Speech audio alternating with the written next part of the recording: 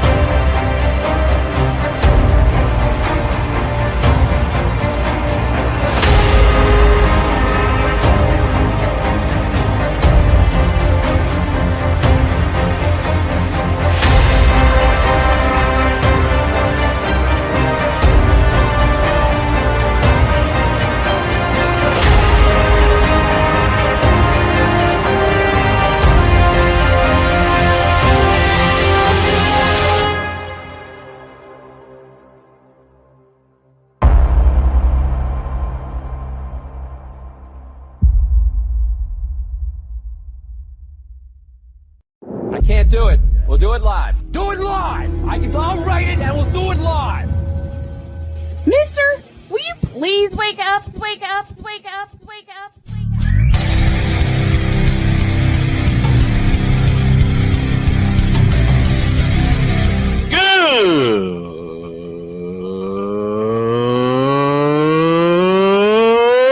Good morning! Snowman here to all you Brock Purdy and San Francisco 49er haters. Shut up! I gotta thank you, Shane. I mean, whatever happened to the games where breaking 100 points was, I don't know, unusual?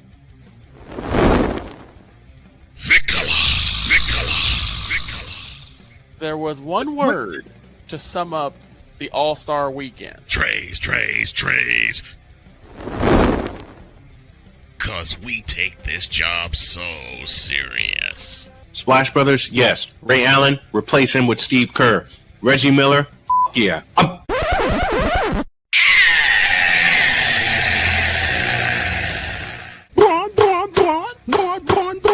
What in the all types of blue hell?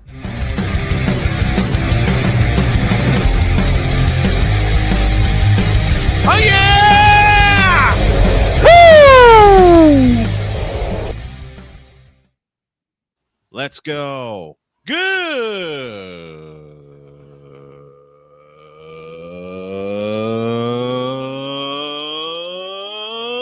morning. Welcome to the Taco Tuesday edition of Snowman in the Morning, the last one for 2024, and congrats to the Los Angeles Rams.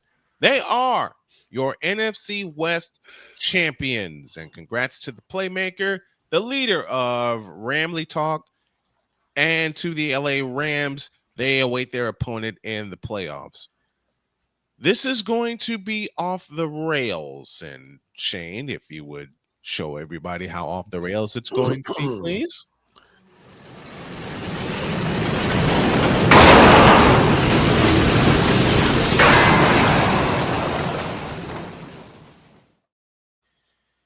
And because there are some words we usually eliminate. Not today. Well, I'm put it this way. Since we are allowed to say such unsavory language, go for it. I'm going to say this as a Cowboy fan. Well, this year fucking sucked. As a Patriots fan, the same as a 49er fan. As a Patriots fan, I fucking agree.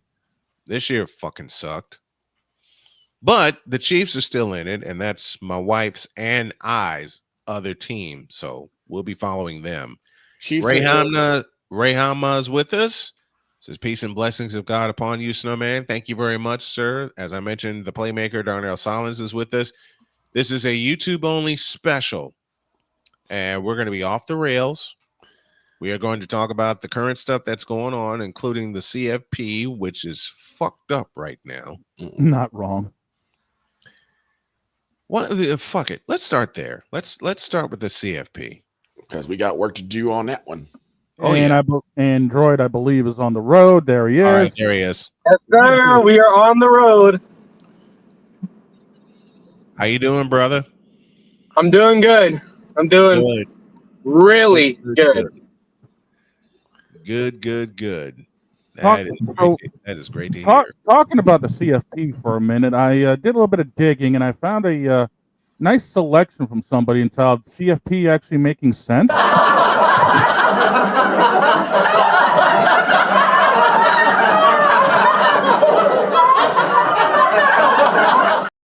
As a man who's watched college football since 1980, when the fuck did the playoff ever make sense in Division One? I said, don't you Never. dare lie on these airwaves.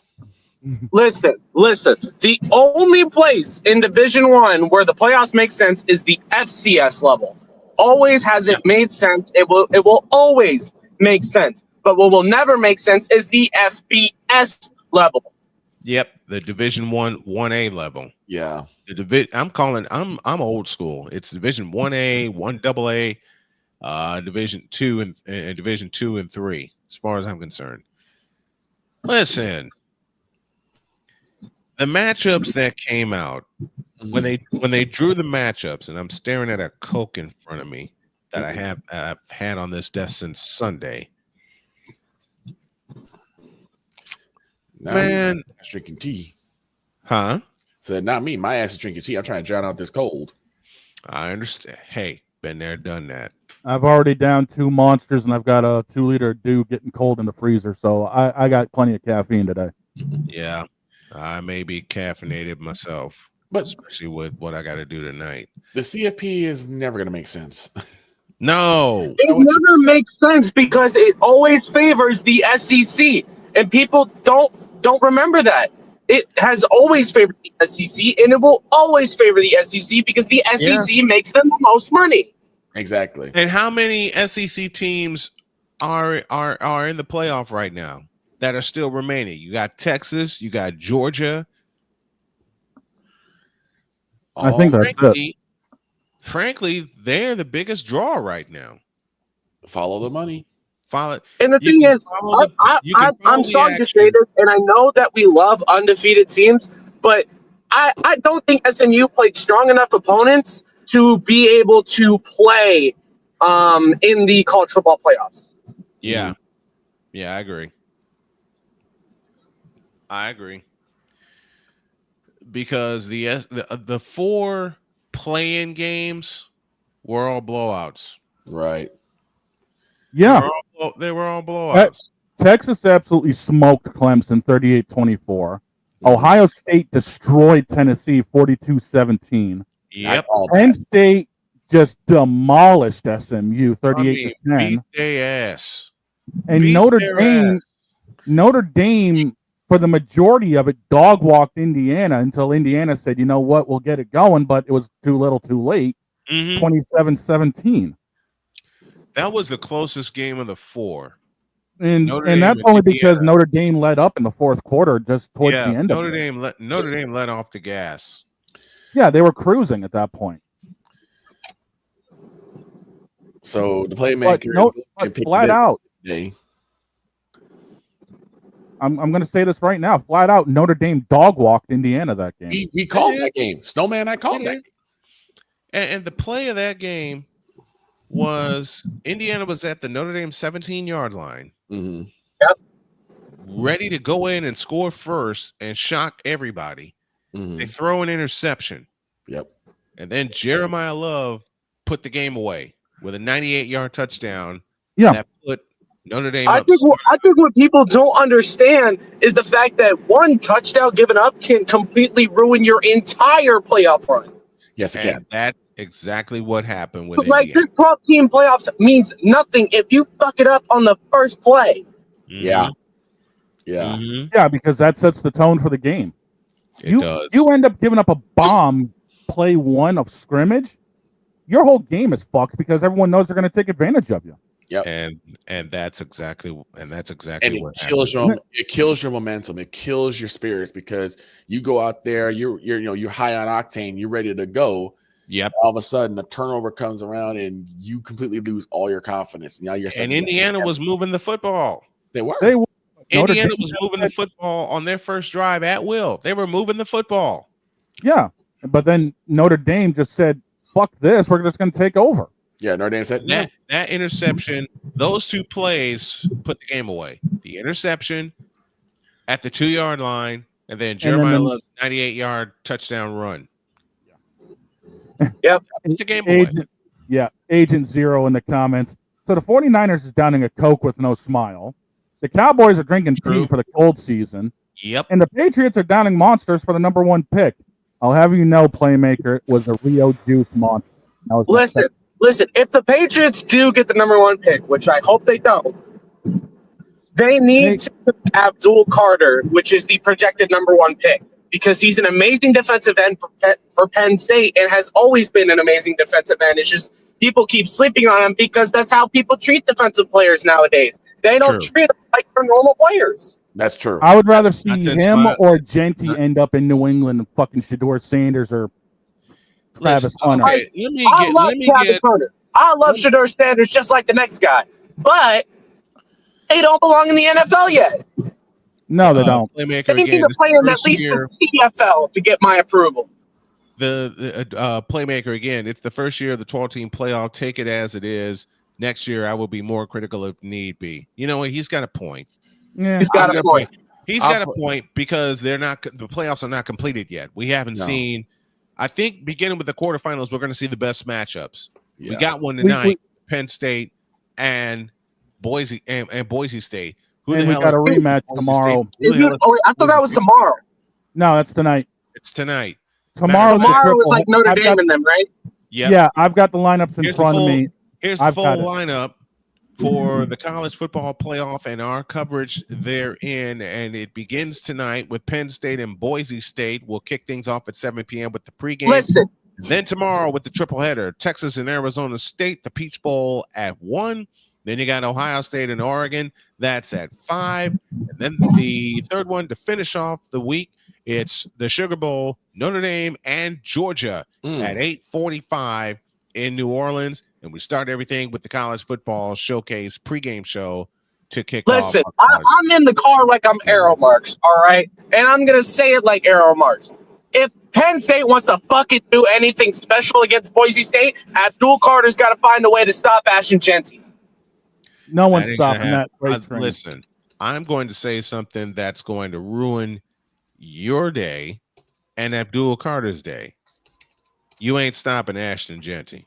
No, you're not. I'm already predicting that he'll get 200. It's going to be a tough mountain to climb. I'm already predicting that, and it's in Arizona. Yep. Okay. I know Penn State's going to travel well. There's a big payout waiting for them. There's a bigger payout waiting for Boise State for getting to the playoff and getting a top 4 seed. Right? Yeah. Yeah. So there's 2 payouts. And I know a lot of people were upset about Boise State in the bye. Just shut up and watch the games. There's nothing wrong with the playoffs except the fact that the fans keep yelling how it's broken, how it's unfair. Just shut up and watch the games. It's the first year. Absolutely. It's the first year. I agree. And it's still kind of finding because everybody was critical after the first 4 games, as was I. Okay. But Playmaker just said it. Take it as it is for the first year of the 12-team playoff. Next year I'm just wording it in a different way than Playmaker. Shut the fuck up, watch it, and it'll probably improve next year. Darian Hopkins in the house. It'll probably improve next weekend after these quarterfinal games because we don't know how these quarterfinal games are going to go. We got Darian Hopkins in the house as well. What's up, D-Hop? Darian Hopkins Sports is with us, and I will be proud to announce just a moment, Droid. I am proud to announce that the Darian Hopkins Sports Show is returning Monday, January 6th, and it will be a part of Snowman Multimedia. So get ready. More great sports talk heading your way. We're working out the logistics as we speak. You were saying, Droid? Listen, I don't think anybody's going to be really watching Notre Dame. That's really how that's going to play out. They're just going to run through. I think the game people are going to be to is Ohio State. Because we saw how close that was earlier in the season, and I wouldn't have a doubt in my mind that it's going to be close again. No, it won't. I'll stop you right there. No, it won't. Not with an improved Oregon team. It's not going to be close. Sleep on former K-State quarterback Will Howard. And he competed against Tennessee. Mm-hmm. I thought Tennessee's defense was going to show up. It didn't. Will Howard sliced them to pieces. He will not do that to Oregon. Tennessee's defense showed up. It's just Will Howard read it. Yeah. Mm-hmm. Will Howard did That's the thing that people don't understand. If there's a difference between a defense just straight up not playing, Campbell, and then there's just defenses showing up, trying to play their heart out, but then getting torn up by an elite quarterback. Yeah, like happened to Tennessee. That's what Drew Brees used to do all the time. You could take the most elite defense and put it against someone like a Drew Brees. He's still gonna make you guys look small. You know something? Drew Brees did that to Northwestern in 2000 when Northwestern was competing for the outright Big Ten title against Purdue. Purdue came in to Northwestern and Drew Brees sliced us up for 400 yards. And Notre Dame was one of the best defenses in the Big Ten at the time. They were one of the best defenses in the Big Ten. And then Drew Brees shows up and shows out. Right. Dinging it. That's how it is. I hate that. Listen, I will tell you honestly, I was living in Minnesota at the time. And when I saw Drew Brees do what he did to Northwestern, I'm like, I hate you, you little motherfucker. Yeah. Then I love Drew Brees for what he did. But you love that play. You love that style of play. It's like, I hate the shit out this person, but I love the way he plays. Exactly. Joe Montana for me. Listen, everybody was cheering for Drew Brees during that Super Bowl, and you can't deny that. Okay. Ohio State, Oregon is the headline game. Notre Dame, Georgia is the important game. A question for you know what, Playmaker, get up here. Let's just do this. Let's just do this shit the right way. Yes, and I said shit. Okay. Well, you know what? How about this? If anybody's interested in coming up and talking with us, we're here until 1 o'clock. Nothing's off the table. Come on in and join. I tell you what. How about we take a break real quick? We go Playmaker get in here, and then we hammer down and have some fun. Before you do that, I do want to bring something up because again, I was watching some videos earlier, and my guy Carcino came up with a great thing. He's like, "What happened to the NBA? We know the numbers are dropping. You know what? Let's take a break." And let's get into that. Yeah, let's do it. The NBA. I got you. Let's take a break, and when we come back, we will talk about. And I think this is going to take up the rest of the show while I put this Coke in me. What happened to the NBA? It's our feature discussion, and it happens when y'all get back.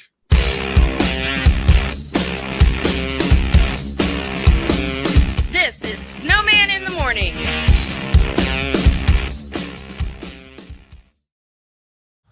People tell me how lucky my daughter is to have been adopted. But really, we're the lucky ones. Learn more at adoptuskids.org. This planet has been great to me. It's given me gifts that I can't even explain. It's given me adventures and memories I'll never forget. And Battleborn, I think, has given me the opportunity to go beyond and give something back. How can I be a better custodian to this planet and the place I live? That's where I am with Battleborn. Let's make the planet a better place. Whether it's news, the largest egg producer finds bird flu in chickens at a Texas plant, weather, devastating tornadoes rip through the heart of the United States, inspiration, a breast cancer survivor completed the journey of chemotherapy and now begins a future one of matrimony or sports. Michael Jordan is shown on a photo with Diddy. LeBron James has a video extolling the virtues of a Diddy party. This has been yet another Beating a Dead Horse presentation. We got you covered. BS3 Network, in association with Comey Media Incorporated, proudly present The Morning Shift with Cole Johnson. Live every weekday at 8 a.m. Eastern, 7 a.m. Central.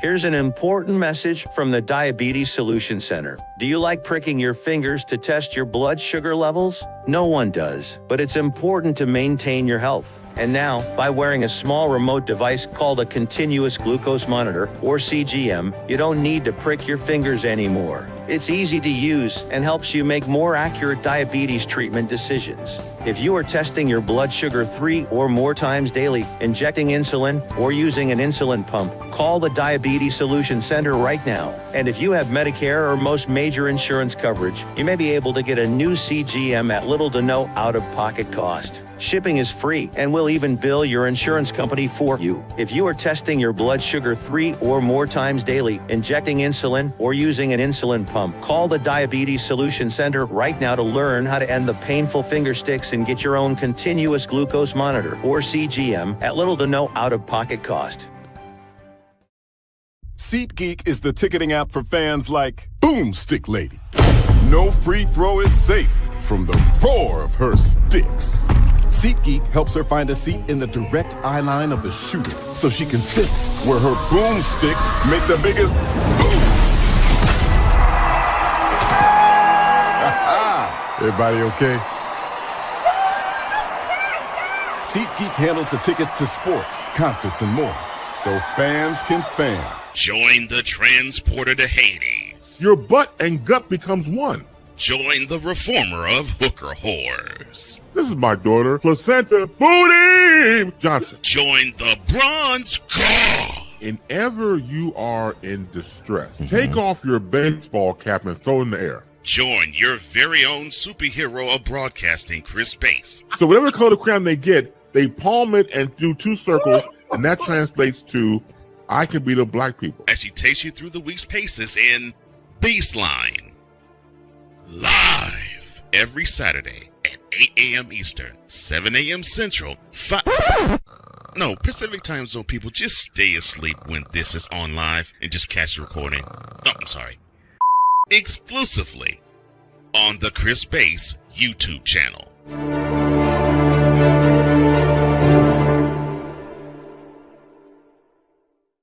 Mister, how do you operate this Twitter thing or this Instagram thing or whatever the heck? You're supposed to know all this stuff. Anyway, welcome back to the show. Thank you, love. Yep. We're back.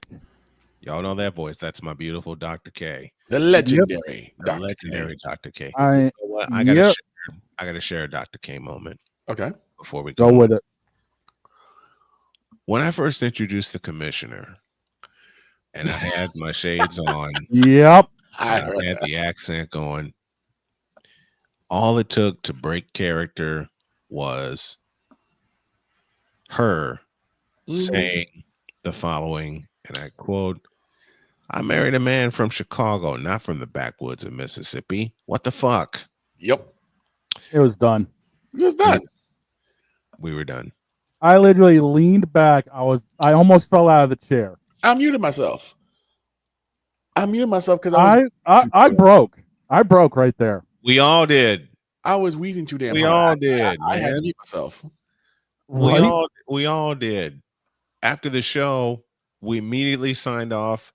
I went to my wife. I gave her a big hug and a kiss, and I said, "You stole the show today," and she's cracking up laughing. Oh yeah. Yes. Speaking of laughing, let's laugh at the NBA a little bit. We got some help.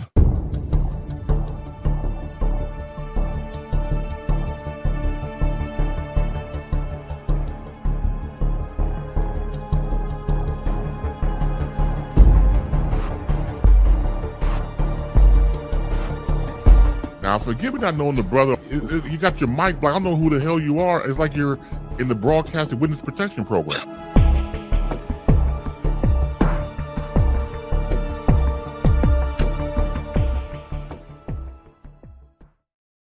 Yeah. Man in charge of Ramley Talk, home to the NFC West champions, the Los Angeles Rams, and the man behind Shooting Lights Out, playmaker himself. Welcome back, brother. Great to have you. Was by the way, Victor, F you, okay? Hey, I Agent, know what I Agent know. Zero I know firing what off he- already. Where's He that? said what he said before the commercial break. After y'all told me to come up here, and I knew why he said it. I knew exactly why he said it. We got a guy in the chat who gives an in-depth every single time you on the air. An in-depth in the WNBA, the women's college game, the men's college game, and the NBA. Of course, I'm gonna ask. I knew. I'm like, Victor, don't worry. Your favorite basketball show will be back. Okay, I needed to take a break. I literally went from the start of the NBA season all the way to the end of the WNBA season. Yes.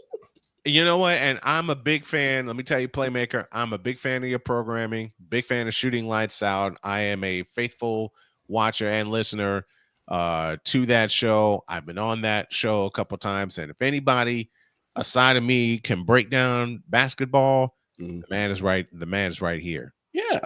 Sporting the Rams. Lights Out will be back. All right. When's it coming back, man? Actually, it'll probably be back next week or the week after. Okay. Cool. Very cool. But I needed that break because that was a lot of basketball I taught. I get it. Not to mention, I covered the Olympics too. Yes, you did, and did fabulous with that. Yes, and you did fabulous with that. Listen, I understand about needing a break. I get it, because for 3 weeks, I didn't realize how sick I was because I scheduled a game. I did part of it, and then I fell out. Jody came in here, is like, "Are you okay?" No. Well, as it turns out, I had the flu. Yep. Sound about right.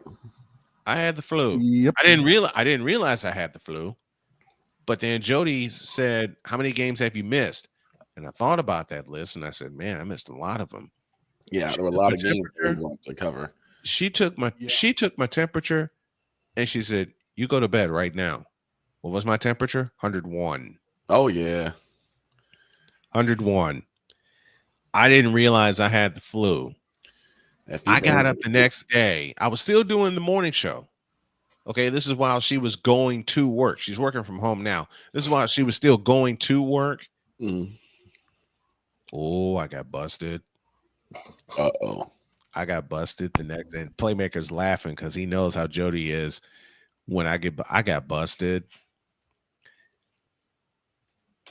She came home, pulled me in the bedroom, and she said, "Why are you out of bed?"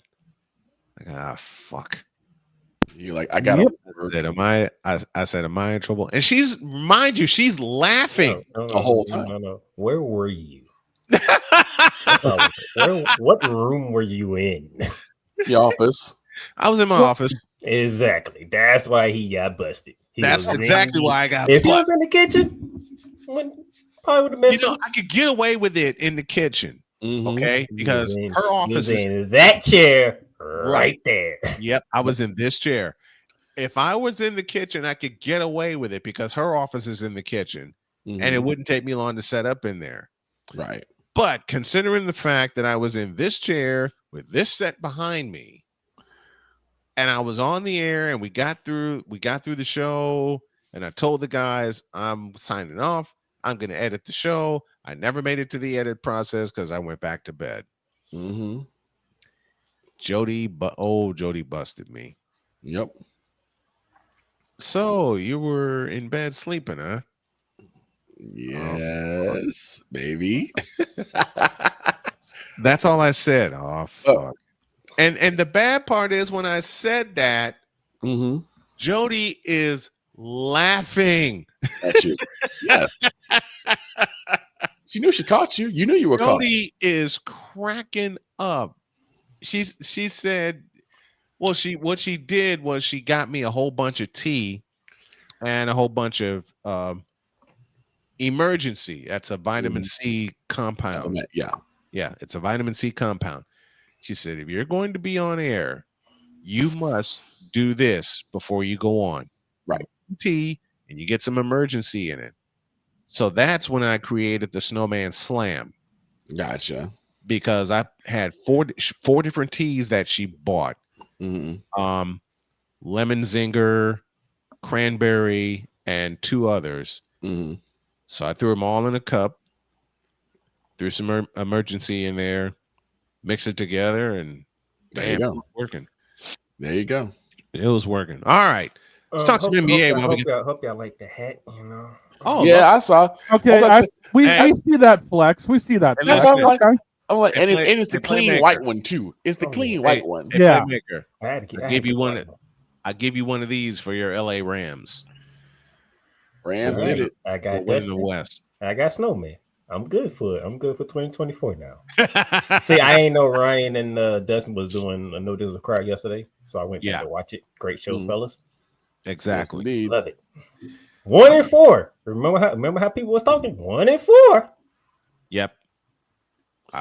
Hey. Now, I gotta ask a question, and this is why this came up. So I got a friend of mine who does his own YouTube channel, and he talked about the decline of viewership for the NBA. And he broke down why, probably better than most. I want to bring it to you guys. Bring it on. And I bring it down to 3 different points. 1, management. 2, officiating. And 3, fan base. No arguments here. Not wrong. You said management. Are we talking Lowe's management? Because that was my thought. That too. Okay. I'm also talking about like just the way that the owners and general managers have really kind of stepped in the way of the flow of the game. It doesn't seem like it's that same flow like you used to have back in the 90s. And when I say low management people, I'm not talking about players. No. It is the ownership. It is the front office who tells these players, nah, you ain't playing today. Yes. Yes, it is. Not realizing now, the decision comes from upstairs. It doesn't come from the coaches. Now, this is where Snowman says this is why he loves me. Because it's the first person that comes to mind, and Snowman knows I love this person the very most. It starts with Pop. Pop started this whole thing. Yep, Greg Popovich. Yep. It started with Pop. And I love Pop. Same. I love Pop. But the problem is that these owners and these general managers, they get involved and they pull their best players. Now, mind you, the reason why people go to the games or used to came down to the favorite players they want to see on the court. Yep. So when the management comes in and says you're not playing, you are robbing those fans of seeing their player play, and they're like, "Why would I pay money to go to the game if my player's not gonna play?" Now I need Big Dog to do me a favor. Okay, Shane. Hey, Big Dog. He's in conversation. He's talking to his wife. Yeah, pretty much. He's like me. When I see Jody walk in and she starts a conversation, I'm over here, or I'm over there. When she the damn thing is, I've got my earbuds in. I can still partway hear. That's why I take them out. So I'm like, what's going on? Right. And listen, Big Dog, do me a favor. What's that? I want you to go to look up the last 2 times the Charlotte Hornets and the Chicago Bulls played each other. I'm with you. Last night. Including last night. Definitely last night. Yeah, definitely last night. Yeah, definitely last night. Because you want to know the real reason people are starting to tune out the NBA. Shane, when you get ready, let's throw out the 3-point statistic. That's the only statistic I need to know. I'm with you. Okay, the last couple of games, the 13th and 30th of this month. All right, this one was at the Spectrum Center. And 3 time miraculously. Let's see. For the Chicago Bulls went 18 of 60, and the Hornets went 10 of 43. There's your reason. 3 And the last game before that this month for them, which was the 13th, was 8 of 46 for Charlotte and 14 of 51 for Chicago.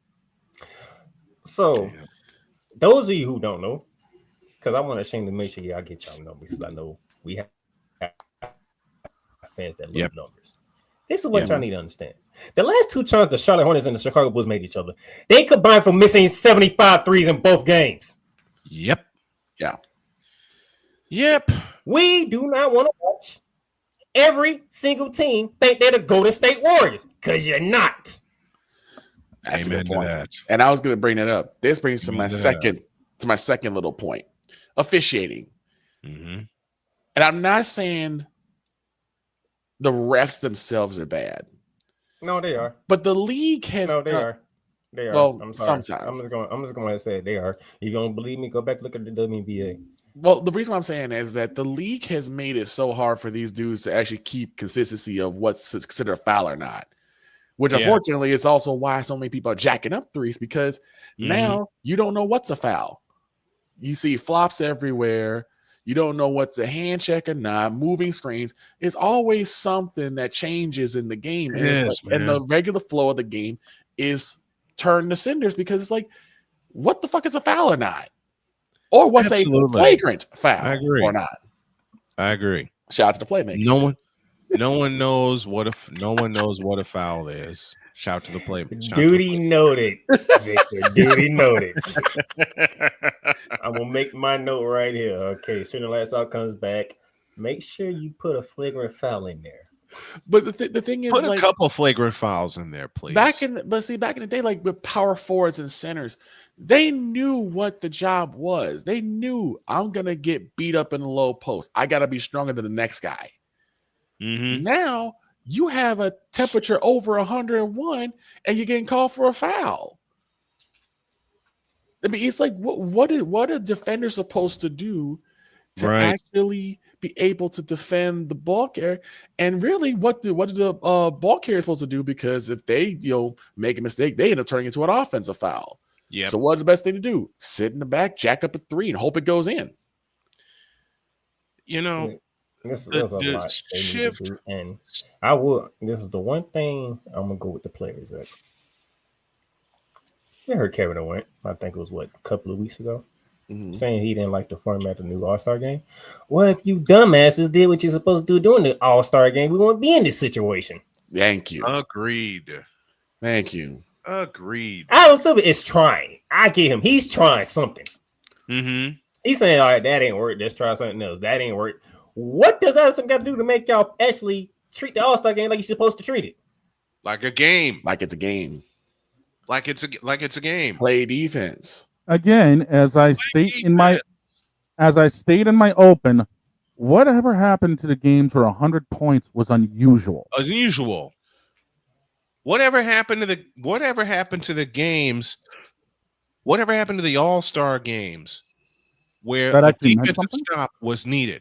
Wait, let me answer this in the universal sports way, big dog. Please do.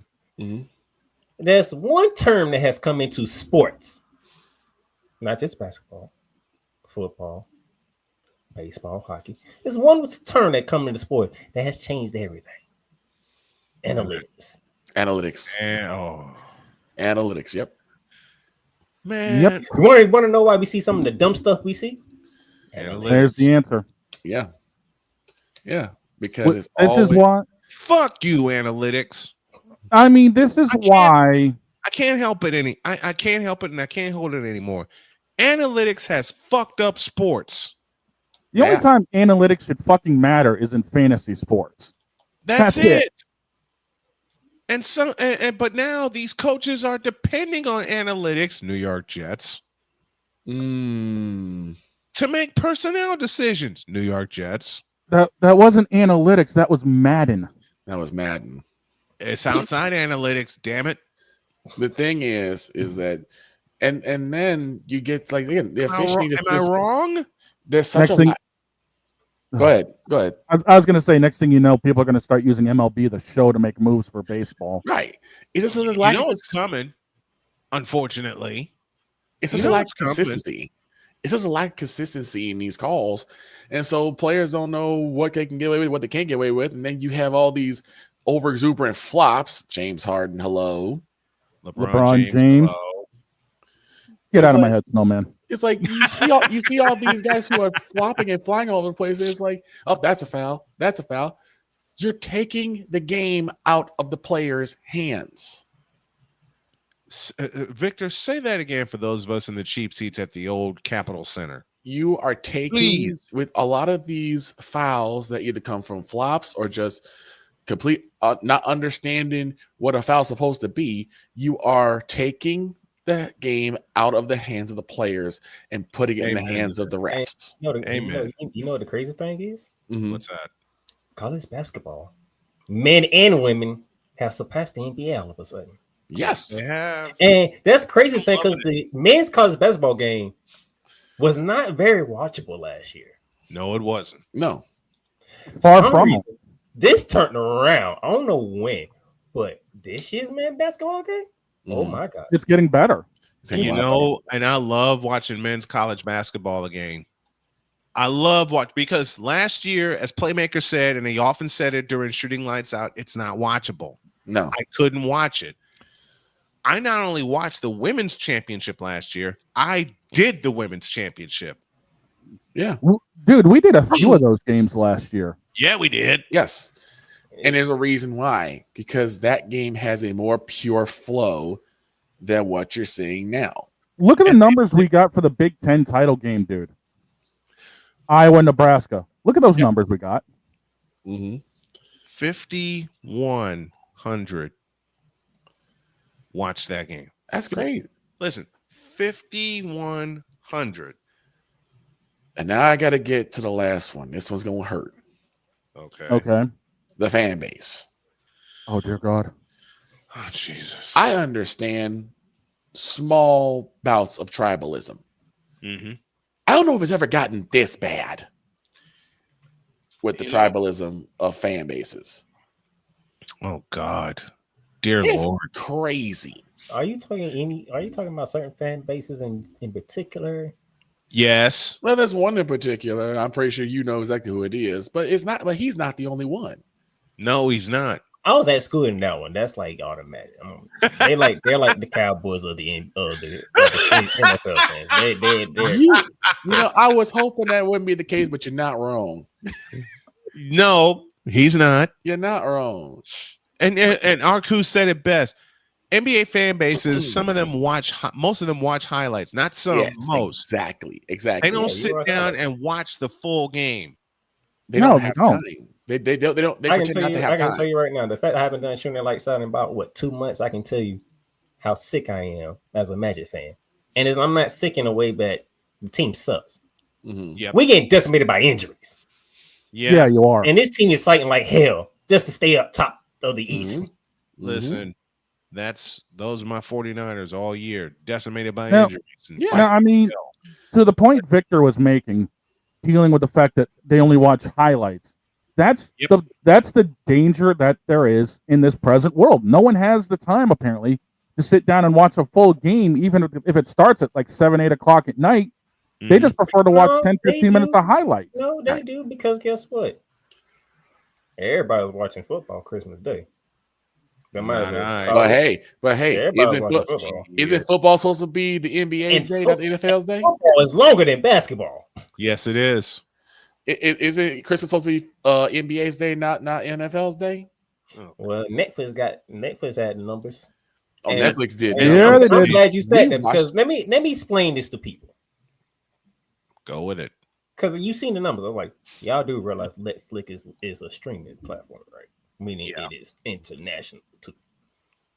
That means the whole world can watch. Exactly. Not the whole world can watch Christmas Day NBA games. Right. I mean, but it's like the fan bases, the fans now, they can't be bothered to sit down and watch a full, 48 minutes of basketball. Like, we got something else to do. What else you gotta fucking do? I'm gonna tell you something. That's part of that problem for you, Victor. Go ahead. Betting. Yes. Yeah, that's true. Yes. That's true. If a certain player get their numbers, they good. They don't need to watch nothing else. They shut off the game. You're right. As soon as they get what I need, I'm done. Right. And it's just like, you can't, like, you get an appreciation on your betting. You don't appreciate a game that way. I mean, look, I always say this. One of the biggest fun family traditions we used to have was my dad and my brother and myself. We used to make fried chicken and mashed potatoes from scratch for every first Bulls game of the season. I may not do it for every Bulls game, but that first game, we in there peeling potatoes, boiling the potatoes, making sure chicken batter, all that stuff. It's just the things you did with your family. And you don't have that now. You don't. You don't have you don't call your brother or call your sister or call your cousin like, yo, who are we meeting up to watch the Bulls game? Watch the Bulls. Where we watching the Warriors game today? Where are we watching the Magic play today? Or the Celtics or the Cavs? You don't have that now. No, you don't. No one really sits down and watch the game fully. They just want to watch a 10-minute highlight. And this is where, let's go ahead and cue the heartbeat, Snowman, because it's about to come out. I got it. I'm here. Oh, fuck. As Playmaker once said 2 years ago, November, with a scowl on his face, push the damn button. In a world where partial greatness is celebrated and total greatness is shunned, there stands to be a figure on the lips of those who love him and those who hate him. The inane comparisons to Michael Jordan and Kobe Bryant continue and has existed since 2003. There is no end in sight, for the battle between those who unconditionally love and unconditionally hate him wages on. These are their stories. Welcome to the Bronzexual Confessions. The reason why I bring this group up is because the reason why I bring this group up. One go. I avoided for some years now, so I only have one question. What you mean? The reason why I bring this up is because these motherfuckers are the worst offenders. Yes, of this style of fanship. They don't watch the full game. They only watch LeBron highlights. They don't even watch people on the same damn team. They really don't. They can't be bothered to watch what AD does. Or Austin Rivers. Or Austin Rivers. The only one they care about is if my Kang scored 30 fucking points in an L. Fuck. You mean in an absolute... Hey. I got it. You mean in an absolute blown out craptacular...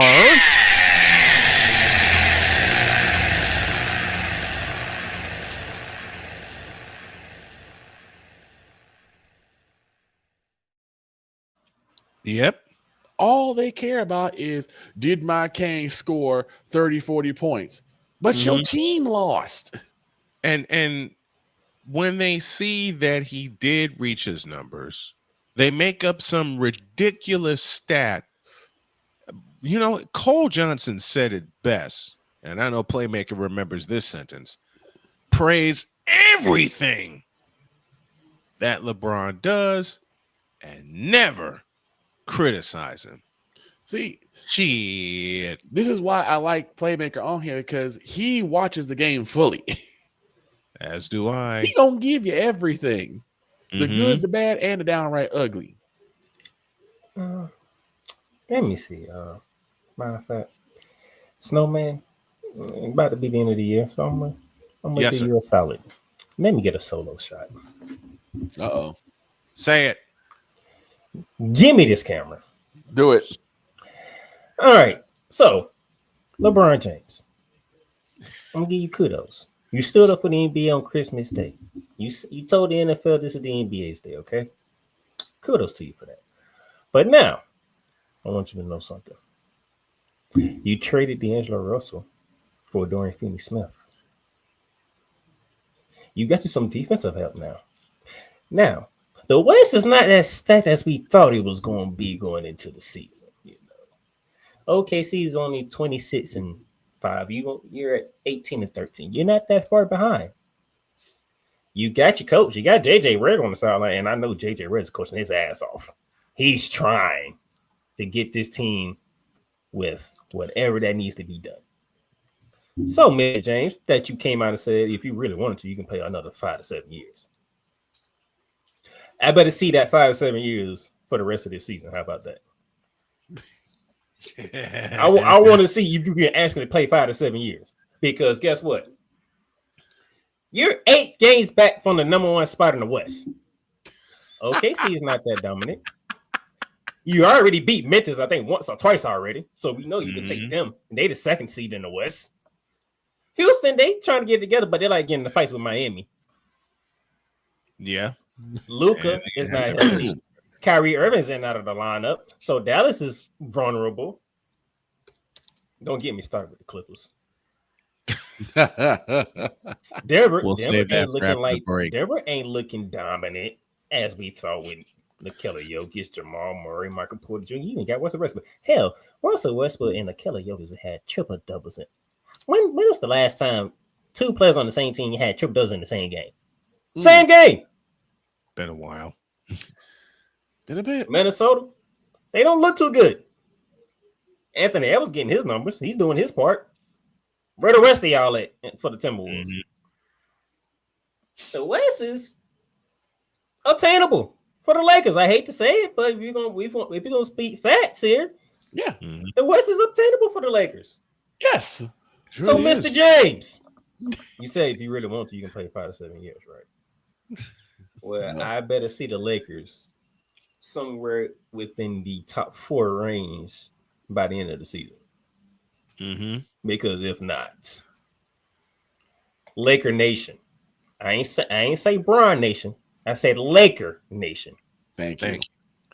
It's gonna be sick and tired of hearing from you, because they are used to being contenders for championships. They're used to winning. Say it again, Victor. For They're those used of us to winning.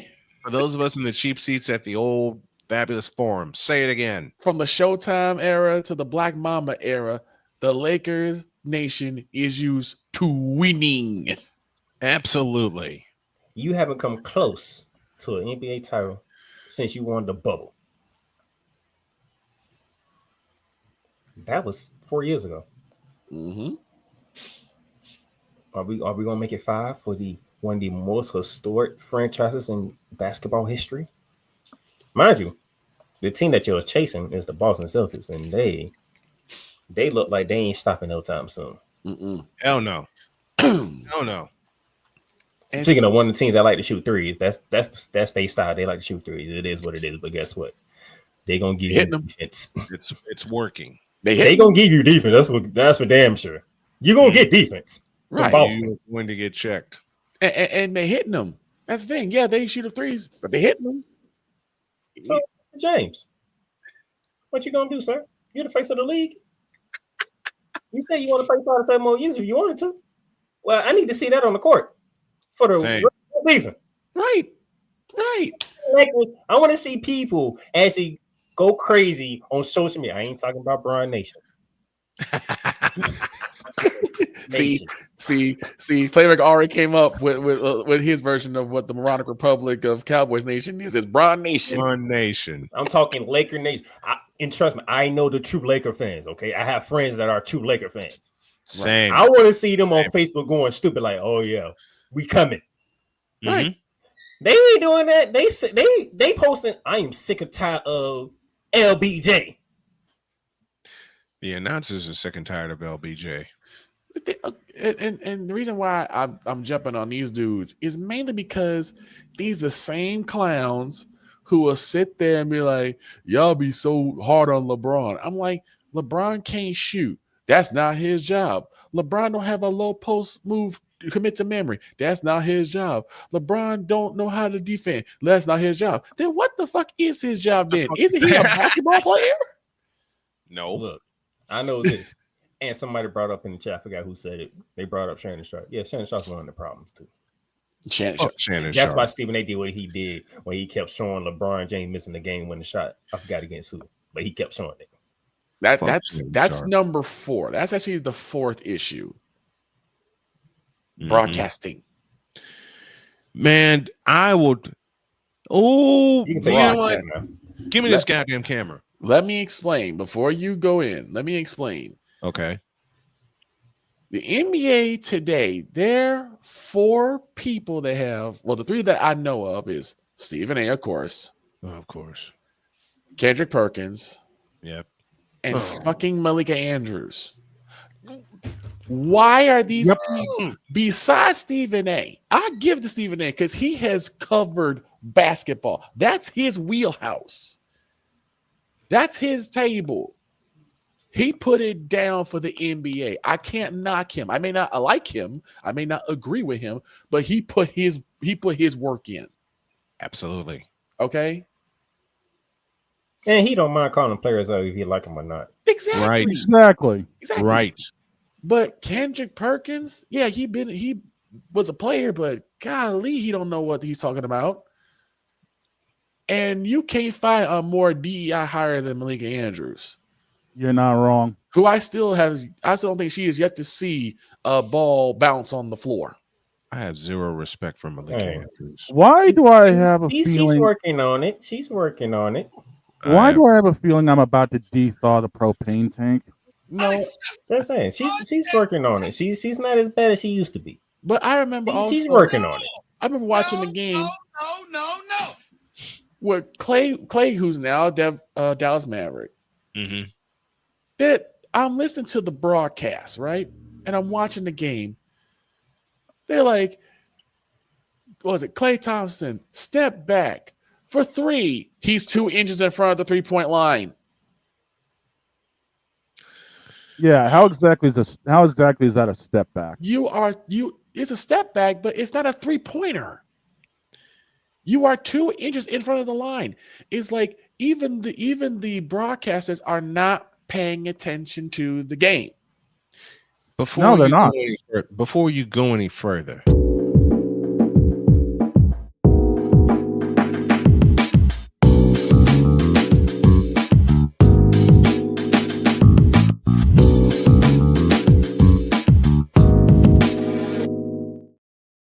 Mr. McCoffee.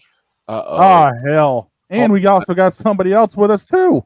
David 3000 is with us. Power David. Hello. Power of David is Wait. here. Hold on. Man, we got a fucking house full today. Hold on, guys. Hold on. There's someone at the door. What the? Hey, man, calm down. I finally found you.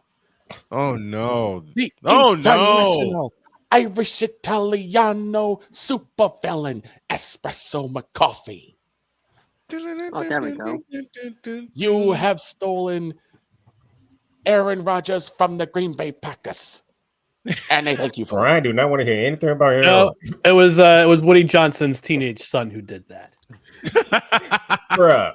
Because he works for a teenager, remember? Ryan. Yes. Tell me that's not true. A teenager is like in charge of the team? By the way, I liked Mike Greenberg way better than Andrews. They should have never got rid of him. I like Greeny. Greeny lived in Chicago and covered the Bulls for a while. Greeny's a fake Jets fan. Don't listen to him. He's Either not an way, authority. I don't listen to him. He's not the authority when it comes to Jets fandom, okay? Jake Assman is, and I love Thank Jake. you. Jake Assman is the authority when it comes to the New York Jets. I'm sorry about that, guys. Apparently, Detective Vic A. Law said he was going to find the international supervillain, and yes, he did. Well, you said my name, and I appeared like Joe Hendry. Come on. Yep. I believe in Joe Hendry. I believe in Joe. Okay, we're good. Give me this camera, dog. McCoffee. Do not make me slap you with my AJ gloves. Shut up. Say it again, Ryan. Please. I believe in McCoffee. I'm cutting the shit out of that. Yes. Ryan, Yes. I'm gonna cut the shit out of that. Okay, that's it. I'm putting my AJ gloves on. Screw it. Now, Snowman. give me this camera, goddammit. Ooh, got the GG. Victor mentioned something that has continually pissed me off since 2003, and that is how the broadcasts are done. The year I was born. You know what? I want everybody in on this. Oh. I am a radio rat. I have been a radio rat since 1984. I heard my first Bulls game in 1985 with the late great Jim Durham. All right. I've watched television broadcasts with Dick Stockton, Brent Musburger, Bob Costas, Marv Albert, Joel Hammonds, and many others that actually watch the game. And Scotty. Hey, before you continue on. And yes. Greg Gumbel. Gonna be Greg Gumbel. Oh, rest in paradise, Greg Gumbel. Yes, sir. Yes, sir. We'll get to him. We'll do a tribute to him before we get out of here. And Greg Gumbel was one of the television voices of the New York Knicks for a while on MSG. Yeah. But it's just there's a lack of care. And you know what? I got to shout out one of my dear friends, Chuck Swirsky, the current radio voice of the Chicago Bulls. I had a chance to talk to him about his career, which took him to Canada, which took him to Toronto, and back home. Okay. Now, before we go any, Victor said something that's very important. When someone calls a step back three and they're not looking at the goddamn line. Exactly. Now, here's the thing, though. Now go back to your Why does it seem like it's always the local broadcast team that knows what's going on more than the national broadcast team? Because the local I'll answer that question because the local broadcast team is hooked into the team. Yeah. They watch them every time, all the time. Who's a playmaker research assignment for you? Tell me, who are the television and radio voices of the Orlando Magic? Let me guess. You want me to do the same for the Celtic? I'm surprised that they have one. Give me a minute. So again, Ryan, find out who the television and radio voices are, because I know the radio voice for the Bulls is Chuck Swirsky. That team is Chuck Swirsky and Bill Wennington. Any relation to Bob Swirsky's? Of Bob Swirsky's? I don't know. The radio voice. I'm David. kidding. Who's the radio voice of the Red Sox?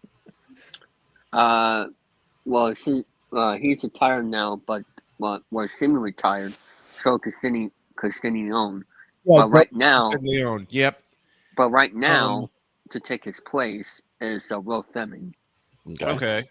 So Dave still is the play-by-play along with Chip Carre. Television or radio? Television. Okay. Okay. No, what'd you say, Ryan? I said Bill Swirsky, but I was making a joke because of this Saturday Night Live Superman sketch from back in the 90s. By the way, can I just intervene real quick about your basketball discussion? Go. The reason why the NBA is so unwatchable, you guys made all great points about guys just chucking threes. And a couple weeks ago on our Saturday program, I saw a tweet. The Bulls and the Hornets combined for 75 missed three-pointers. Three-point field goals. Yep. Playmaker just alluded to that. No, they did it twice. The last 2 meetings, they did it twice. Yep. The last two meetings. This is what I'm talking two about. times. This is why you've lost me as an NBA fan, because everything's chuck it from the three-point line. And yeah, not everybody can be the Golden State Warriors. Not everybody can be that team. But right. Look, I'm a 90s basketball guy. Yep.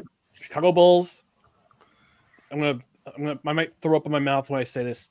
Duke University. Excuse me. Coach Mike Krzyzewski. But here's the thing with those teams. What did they do with the three-point shooting? Their strong suits were inside perimeter, suits were inside the post, and opportunistic three-point shots. Opportunistic threes. Say it again. Inside perimeter shooting. Yep. Great post game. Great games in the post. Opportunistic three-point shoots. Let me put it in terms. Let me put it in basketball terms for you out there. Please do. Those teams played inside out. Yes. Yeah. But the thing was can we get a witness? Inside out. The thing was back in those days, you had a specialist, one specialist, maybe two that were good at three-point shooting. Yes. You see that with the Splash Brothers back in the day with Clay and Steph. You had Kukoc, you had Kerr sometimes, Larry Bird, of course. Listen, you had who's finishing second in the 3-point competition? Right. Reggie Miller. Let me talk to the Celtics fans that we have on the panel. When I grew up watching the NBA, the Boston Celtics were the most dangerous team in the NBA, and here's why. One of my favorite inside players of all time, who I hated when he got the ball, but he knew what to do with it, is a fellow by the name of Kevin McHale. I'm also put this out there too. Every single team had their own distinct identity. Yes. The Pistons will brawl you. Okay. Mm-hmm. Yep. The Celtics will finesse you. Yep. Okay. And the Lakers too. And the Lakers too. Lakers will just outclass you. They'll run the floor. They'll run you off the floor. Listen, the 76ers, when they had Moses Malone, was a combination of both. They didn't need a 3-point shot. And I'm gonna put this in hockey terms for NBA. It's like it's like trying to make every goal from the point. Mm-hmm. Right. Yeah, that's not going to happen. You had one team that was a speedster, one team was a brawler, one team that was a slasher, and that's what their identity was. One team that was a PITA to the opposing teams on defense. Right. Yep. By the way, playmaker said, everybody wants to be David. Another great Celtics player was one of my parents' favorites, Ray Allen from UConn. Ray Allen, yeah. But by the way, Snowman, to answer your question about who does what over here in New England, it's Sean Grande and C-Max himself, Cedric Maxwell on radio. Mike Gorman and Drew Carter are on the call on the TV side. Right. Okay. So what you had before is you had every team, and you basically had your fan base in the style of play that they had because everyone was a unique identity. Yeah, now, like I said, everybody wants to be Golden State. Everybody wanted to be the Lakers. Yeah, I can think of the New Jersey Nets. I can think of the New Jersey Nets. You had Derek Coleman on the inside. You had Chris Morris as the swing. You had Sherman Douglas as your point. You had Drazen Petrovic. God rest his soul. Oh, I miss that man. As your Drazen sharpshooter. I ain't got to go that far back. The first look at the last time. The first real sharpshooter. Look at the last time the match was in the finals. Who was the star of that team? Dwight Howard. Howard. Yeah. And then you had the requisite pieces around him. Jamel Nelson at your point. Elo Turkoglu was your 3-point. You had a corner specialist and Michael Petras. A lot of people don't remember that name. Mikael Petras. Yep. And with the 90s New Jersey Nets, he also had Chris Dudley with that goofy ass free throw shooting. Yes. And he used to get abused by Shaq too. That was the part. But it's like now everybody wants to be the same.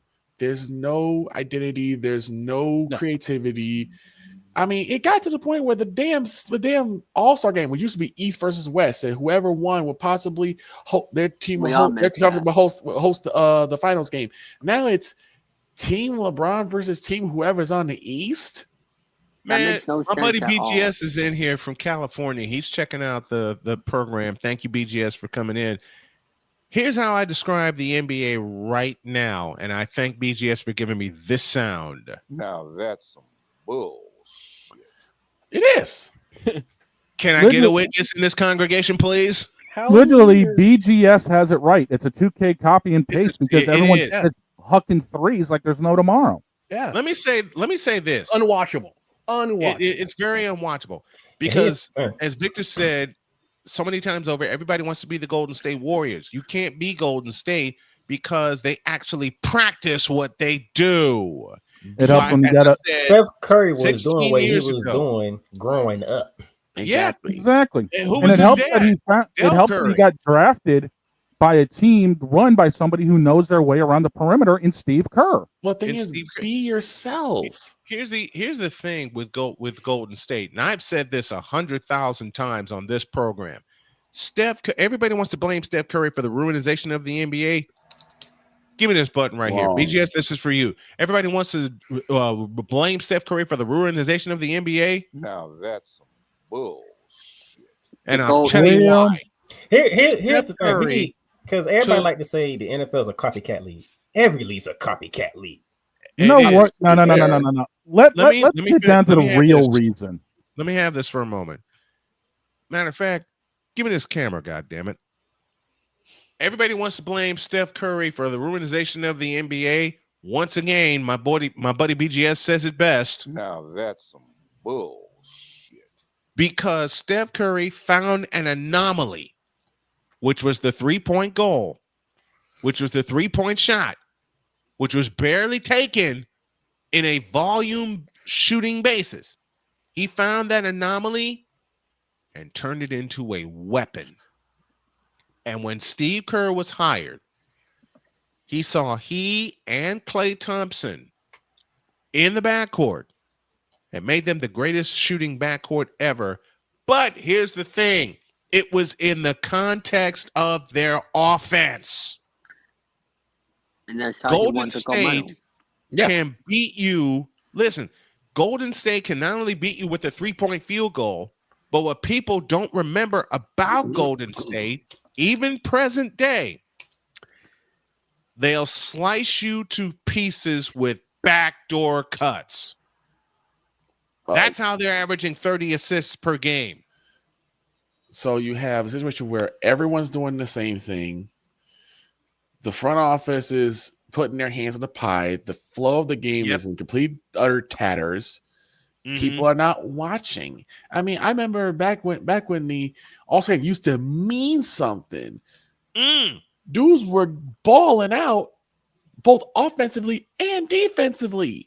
Yes. Over exaggerate game of horse being played, and people are like, this is the greatest form of basketball I've ever seen. How?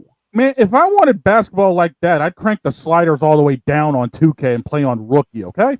I just go outside. Did somebody say slider? Did somebody say sliders? Somebody said sliders. What? And now Ryan is having a Harold and Kumar moment. Wants to watch basketball. Here's the situation. White Castle basketball, baby. And all of a sudden, the mid-range game is now the hardest shot to shoot. Yep. When the mid-range game is not the hardest shot to shoot. No. It really isn't. It really isn't. It's the fact that everybody wants to practice shooting threes so much.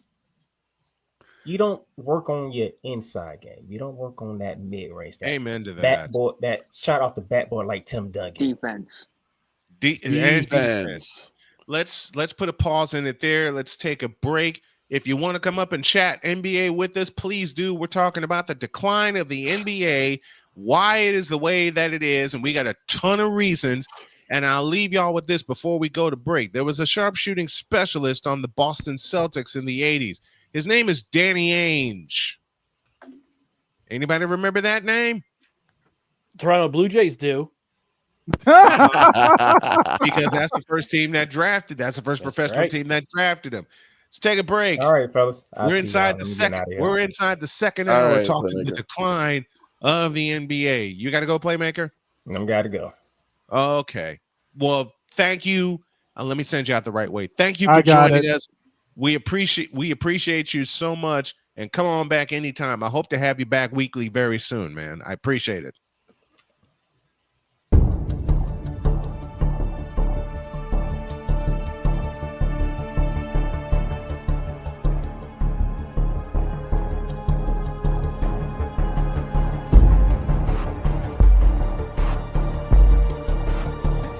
Now, forgive me not knowing the brother. You got your mic blocked. I don't know who the hell you are. It's like you're in the broadcasted witness protection program.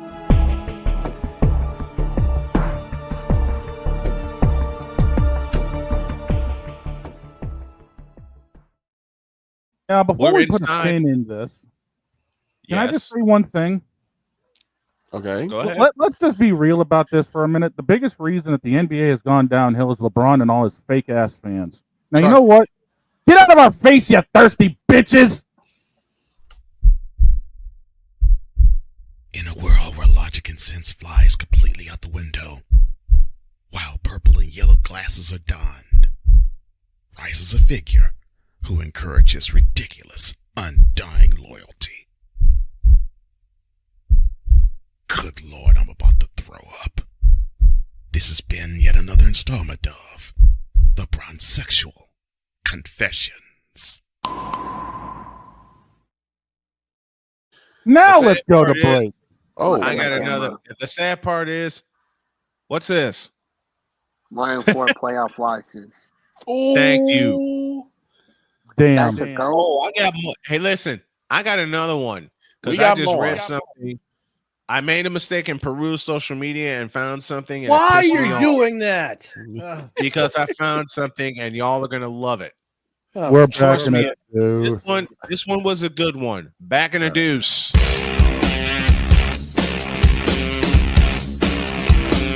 This is Snowman in the Morning.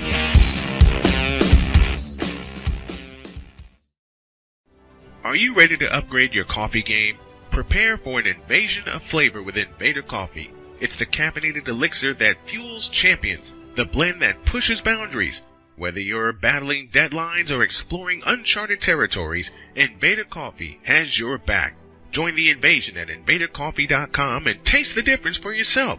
Use the code SNOWMAN for 15% off your first order. Invader Coffee, veteran owned.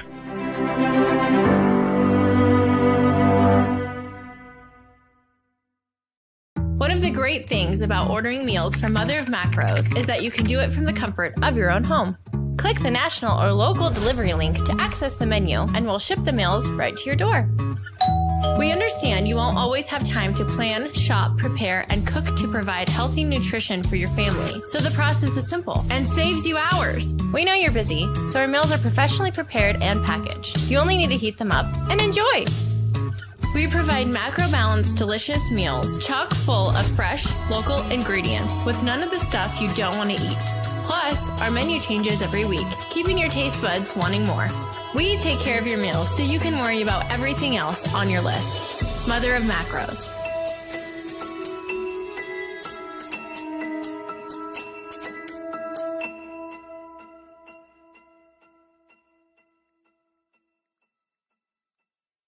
SeatGeek is the ticketing app for fans like the High Five Strangers guy.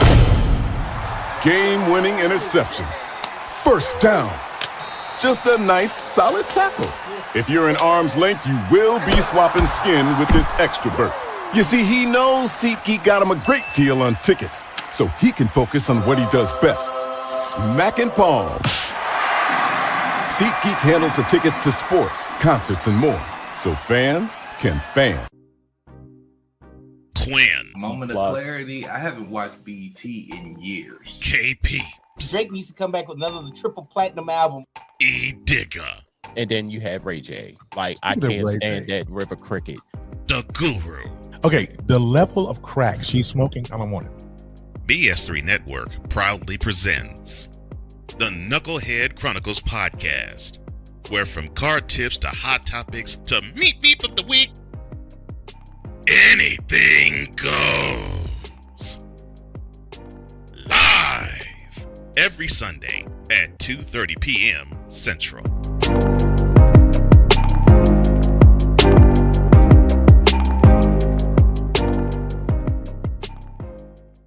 During bad weather, driving can become downright dangerous. What's your emergency, please? Trust Battle Vision Storm, the revolutionary glare reduction glasses that turn your sight bright during bad weather at night or during the day. Watch your ordinary vision become extraordinary. Battle Vision Storm uses light optimizing lenses that block blue rays, so you see clearly in heavy rain at night or blinding snow during the day.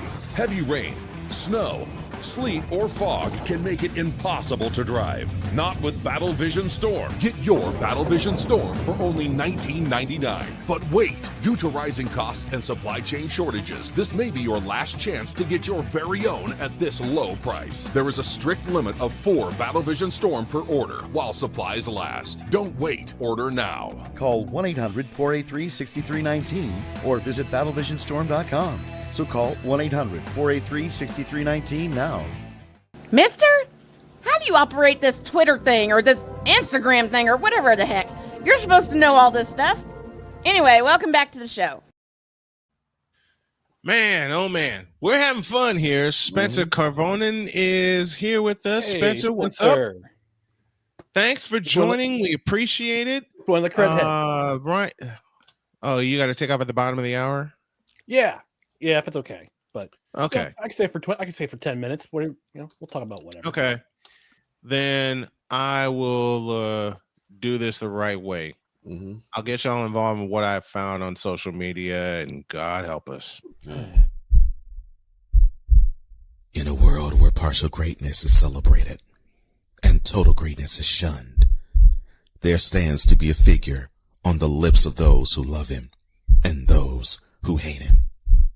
The inane comparisons to Michael Jordan and Kobe Bryant continue and has existed since 2003. There is no end in sight, for the battle between those who unconditionally love and unconditionally hate him wages on. These are their stories. Welcome to the Bronzexual Confessions. So you made Give me this camera, goddammit. You made this mistake already? Yes, I did. The fuck you do that for? Because something drew me to what I'm about to tell you. No. You didn't find it. It found you. Yeah. You know what? You're right. Thank you, Ryan McCoffey. And thank you, Cole Johnson. The whole Cole Johnson started this thing. Here's the thing. Before you get into that, you have the NBA has Steph Curry, who should be your face of the league. You got Wemby coming up. You got Nikola Jokic. You got Luka. Yep. You have a bunch of talent. Why are you fixated on this 40-year-old bum and his punk-ass son? Well, here's the good news. At least the video game companies get it right, and he hasn't been on the cover in about a handful of years. Good. Trust me, they'll do like an annual like anniversary. He'll be on there. Trust me. So what found you? Oh God. Go ahead. Give me this goddamn camera. Oh boy. There's a fella named David Price. Okay. Oh. Former Tampa Bay Rays pitcher David Price. I was about to say, Ryan. There's a picture. there's a picture of Braun making a dunk. Somebody fucked around with Photoshop and gave him gray hair. And it highlights his quote, "I could play for another 5 to 7 years." Close quote. You know who also said that recently? Aaron Rodgers. Aaron Rodgers. And He's going to be lucky if he plays another 5 or 7 games, especially in New York. No, I mean, he's only broke the sacks record, but also he's probably going to exceed it if he plays another season in New York. Let's just face it. Here, let me. Don't worry, that'll be broken by Caleb Williams that next year. David Price. David Price, dear Lord in heaven, said, quote, "In my expert opinion," there's your problem. There's a big problem. Oh boy. Prime Legoat, yes, he wrote it that way, can still play more than 10 years from now in the NBA, no doubt. Unlike the Joe Royds, need to quit 3 times and play only 15 weak-ass seasons, little homies. Legoat is a different beast. FOH, meaning fuck out of here. He concludes with HBD, undisputed GOAT, no lies detected, only trolls will disagree. Close quote. I have a question. I have a question. Go ahead. Who's Joe Royds? Joe Royds. So Joe Royds, Jordan fans. Oh, I thought you meant like there's a new guy in the wrestling world named Joe Royds. That would be a Vince McMahon creation. This is what I meant. Hey, folks, hold on.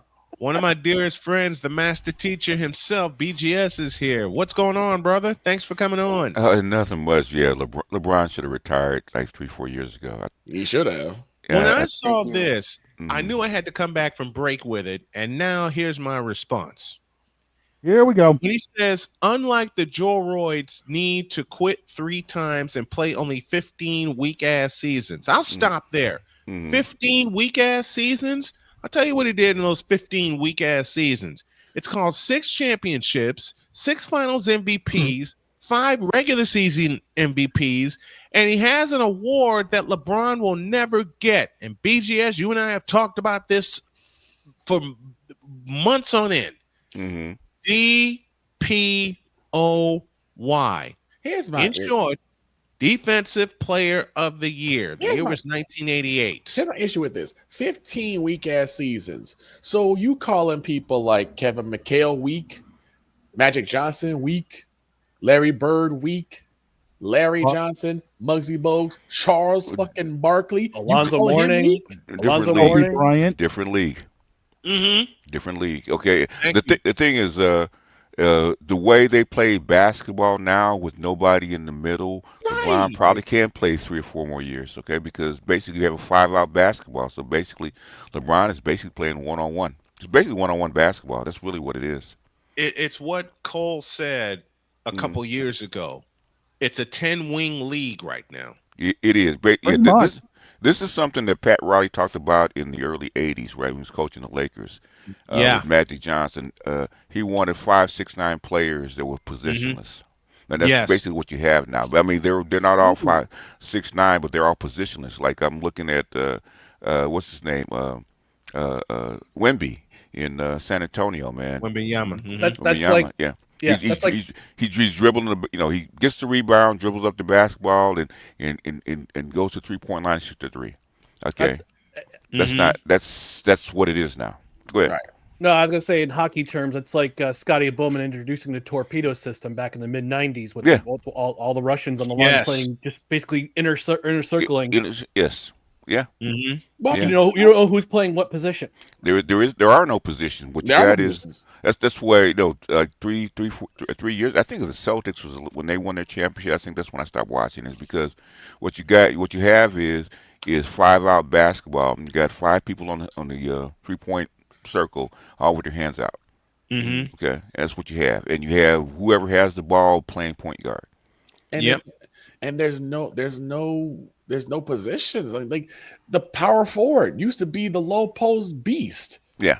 Yes. Where is that at? Centers aren't even used anymore. Where is the center position? Low post? Don't talk about low post. Low post?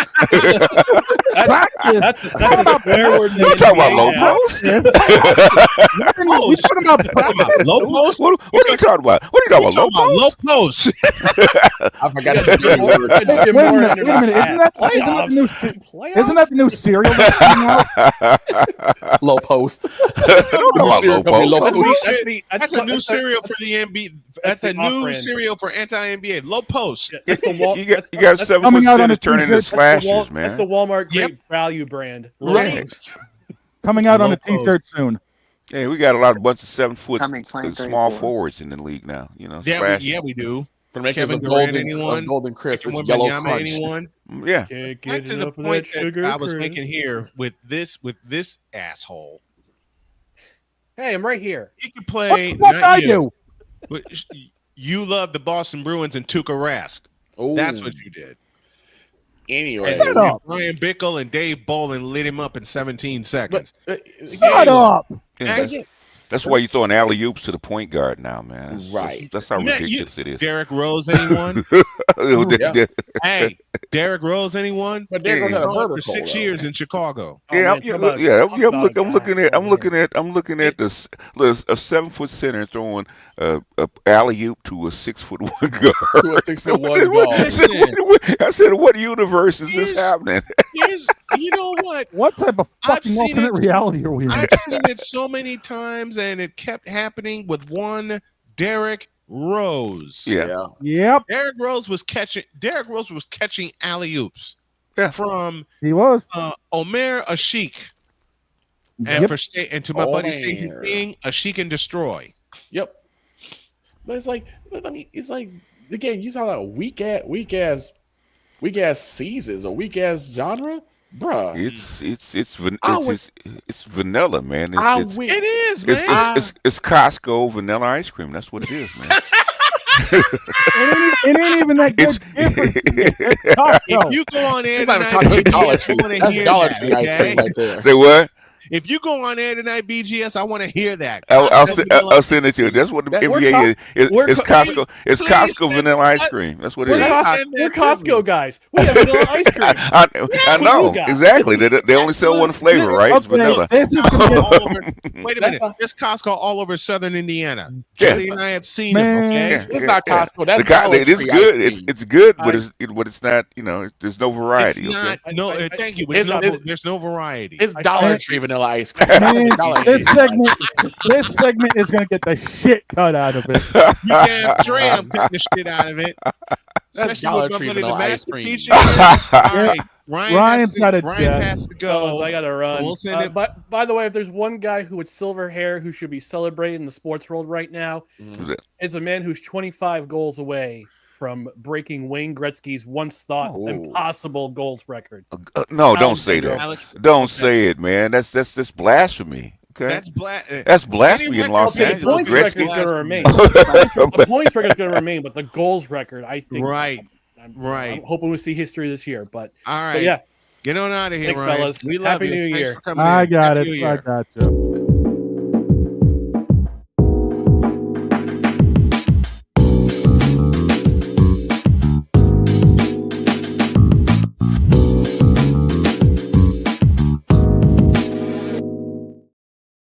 So the next time someone asks you, what do you think of the NBA? It's Costco vanilla ice cream. This Dollar Tree vanilla ice cream. That's exactly what the fuck it is, man. Dollar Tree vanilla ice cream. Nobody's heard of a lot of people heard of a Dollar Tree. So Costco, everybody's heard of Costco. Costco vanilla ice cream.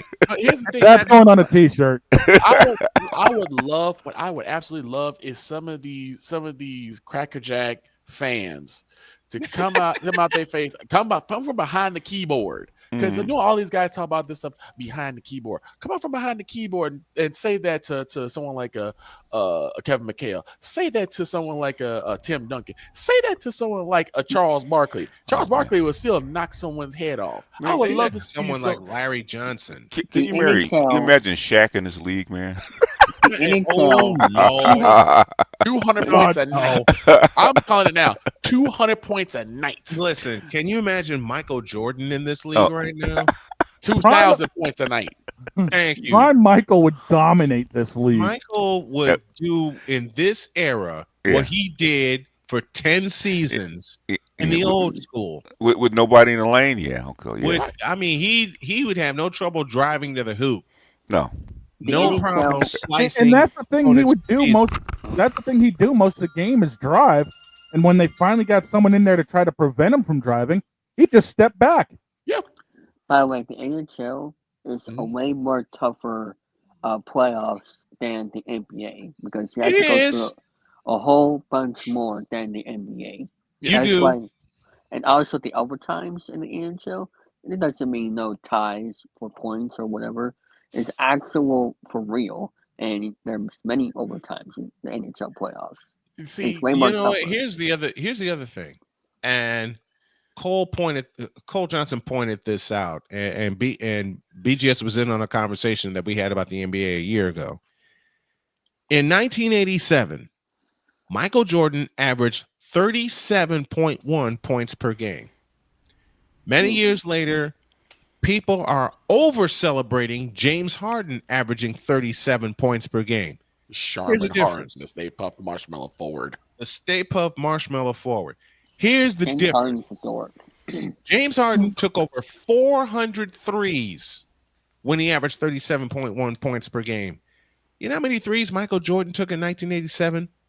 107, maybe? A dozen. Oh, yeah. He only took a dozen threes. You didn't need it. Because he was slicing the hell out of everybody. Right. Exactly. No one knew how to slow him down because he had 3 steps on everyone. Yeah. James Harden's game was so incredibly simple. Okay, it wasn't that hard. Basically, a step back three, and when you didn't have it, lane was open. You either went right or left, and you threw a hook shot off the boards. It was simple. They flop on the ground, go there was no such thing as help defense, so basically nobody's gonna play defense. They cut it all out. They cut it all out. Yeah, they cut it all out, and people wanted to blame Michael when they changed the rules for him. They didn't change the rules for him. Michael Jordan just got better. Yeah, they did. Yeah, they did. I Yeah, they did. And because I was young enough and playing when Michael was playing, right? Right. And we were taught that you keep your hand on top of that ball. Okay, if your hand went to the side or anything like that, guess they're gonna call it carry. That's a palm. That's a palm or carry, whatever it is. That's a carry. Yeah. Michael started where you could slide your hand on the side of that ball, sometimes underneath that ball. Now and then these kids got ridiculous where they put their hand under the ball and nobody says anything. So the uncalled travels. Oh, the Euro. So many of them. Gosh, the Euro step. You need to eliminate it. Get rid of it. Get rid of the Euro step, please. The Euro step is basically the NBA's version of the tush push. Yeah. If you call it properly, then it's not that big a deal. Okay, it's not. But again, the referees don't have the consistency. There's no consistency in what's called the carry and what's not. You know, what's called carry? We call trap. I mean, I've seen places obvious like you dribble up and you pick up the ball and start dribbling again. The refs instead of right there doesn't say anything. So evidently nobody they don't care anymore. Listen. I saw LeBron James in a game against the Utah Jazz. Start dribbling, comes across half court, picks up his dribble. Yeah. 3 obvious steps. Yeah. And you know the rest. He starts dribbling again. He starts dribbling again. Yeah, I know. I saw that. And no call. And no call. It's either that or you have James Harden, the 1, 2, 3, 4 step and then shoot.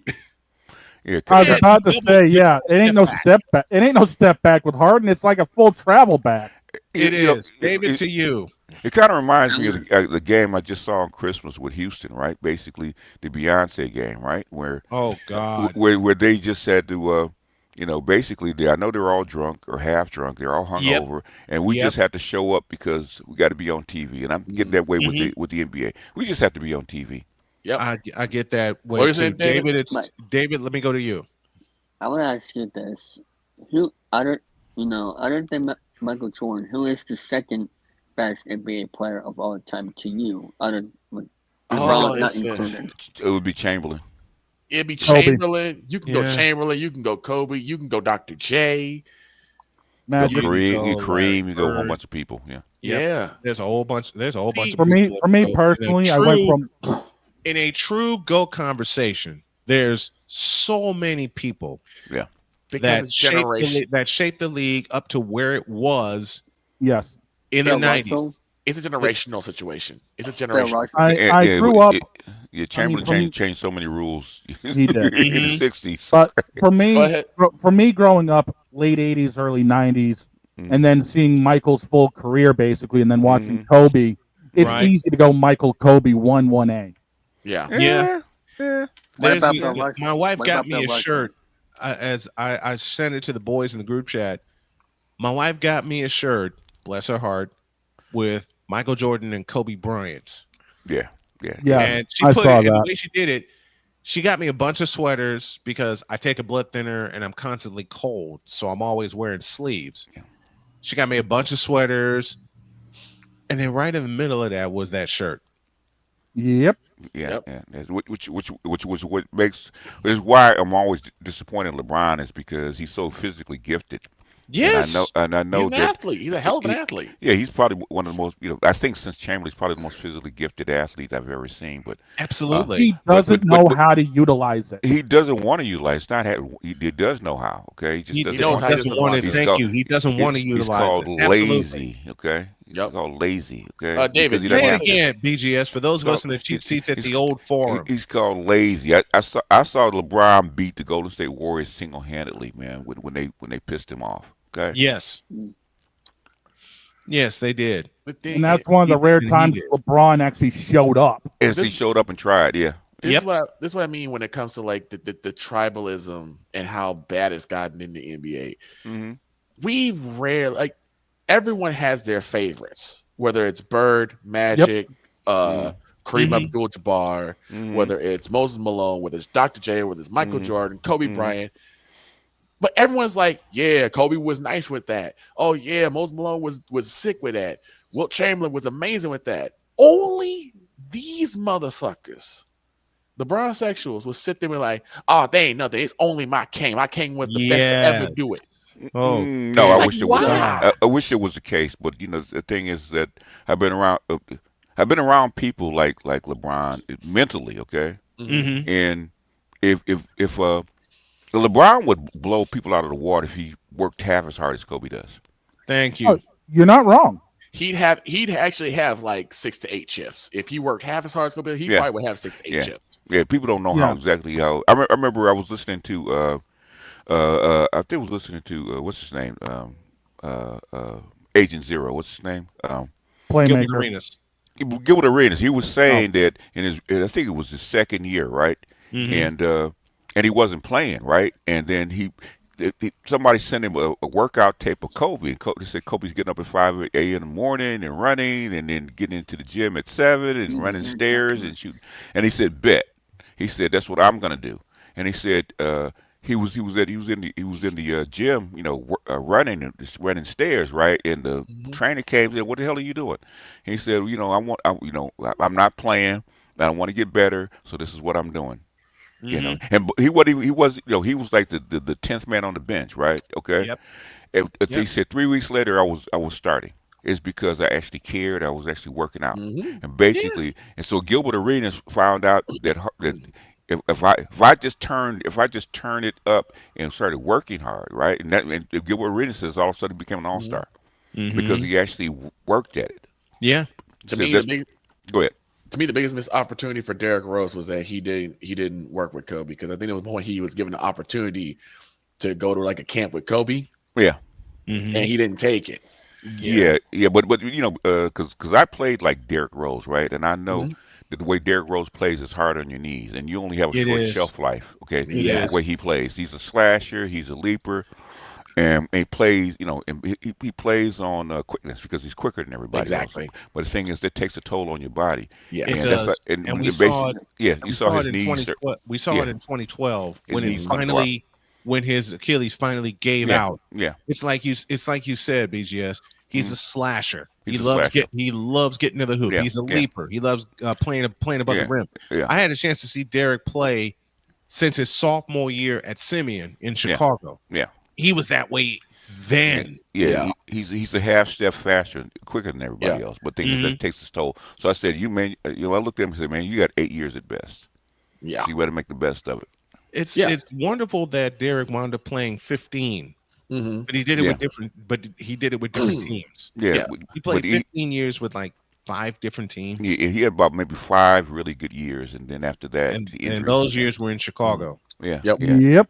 Yeah, those years were in Chicago. My friend said it best. Derrick Rose was a guy who ran to the forest hoping not to get hit by a tree, and then one tree smacked in front of him.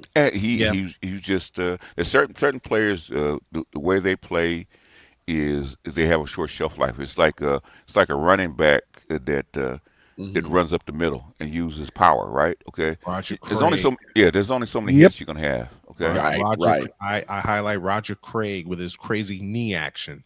Yeah. He wound up only playing 9 seasons. Yep. Yeah, he played 9 seasons. Should we add Bill Russell to the GOAT conversation? Yes. I say yes. Yeah. Bill Russell. But my biggest issue is, again, the bronsexuals, for some reason, they always like to denigrate every other person that came for him. It's like one makes way for the other. You don't hear Jordan fans saying, "Oh, Moses Malone wasn't nothing. Dr. J wasn't nothing." No, because they know Dr. J and Moses Malone, those guys set up the table for the next person. That watched Jordan his entire career. Yeah, I'm a LeBron fan. I wouldn't even put him in the top 5 as far as the GOAT conversation. I wouldn't. I mean, I've seen players. I've had so many problems with bronsexuals when I say these 3 words. I've seen better. I've seen better. Yeah. And they're like, "Oh, you haven't seen better than LeBron." Oh no! Yes, we have. Oh yeah. And someone, I was on BGS's stream one night, and we got into basketball, and someone challenged me in the chat to name a forward that played as good or better than LeBron. I said, I can name 10 of them, and I'll do it throughout the night. Yeah, and Dr. J. First name I didn't even throw Dr. J's name at him first. The first name I threw at him was Adrian Dantley. Adrian Dantley, Tom Chambers. Tom. I don't know about Tom Adrian. The next name I threw at him was Julius Erving, and then Larry Bird followed, and then James Worthy followed. Yeah, there's a bunch of them. Then I named it. I started with Adrian Dantley to throw him off, just to see who he was. And when he came back with the what? Who's Adrian Dantley? Then I hit him. Yeah.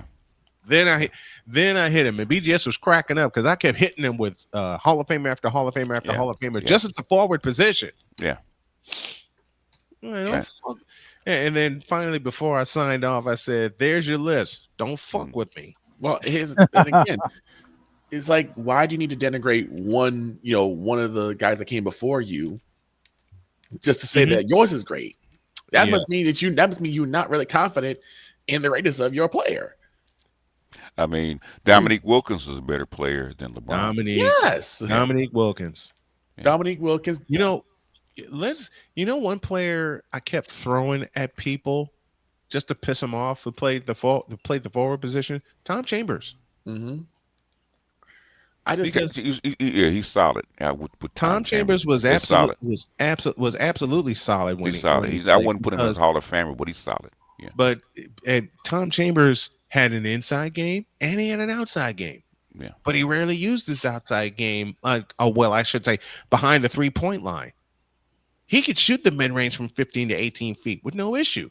Mm-hmm. That's why I loved him. And forwards like him. Larry Bird, anybody? My God. Larry Bird what? Over any and everybody. What? This all reminds me of something. I was watching Raw last night, and CM Punk said it best. You can recognize the pioneers by the arrows in their back. Yes. How many Will Chamberlain have in his back?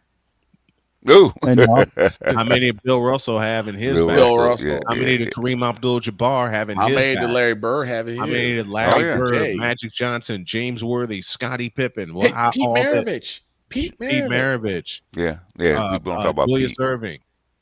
Charles Barkley. How many arrows did all of them have in their back to get to where they are? And they pulled them out. Yes, I was about to say, he went up to say also the great ones pulled them out. Yeah. Yep. I don't know. There's something, because I'm noticing when LeBron goes to a team, all of a sudden upper management goes haywire. I don't know what that is. Same they would deal with Miami, in Cleveland. When he come to the Lakers, it just they forgot how to manage. When he went to Miami, Pat Riley told him, "Shut the fuck up." You know what got to me though is like nobody. You've never heard of a person say playing with LeBron made me better as a player. I've never heard of that. I've never heard it either. Maybe y'all heard it. I have not. I have not heard someone say except LeBron. I never heard a player say that. I think the only team that he made better, really better, was his second iteration at Cleveland. Okay, they needed him. Yeah. Okay.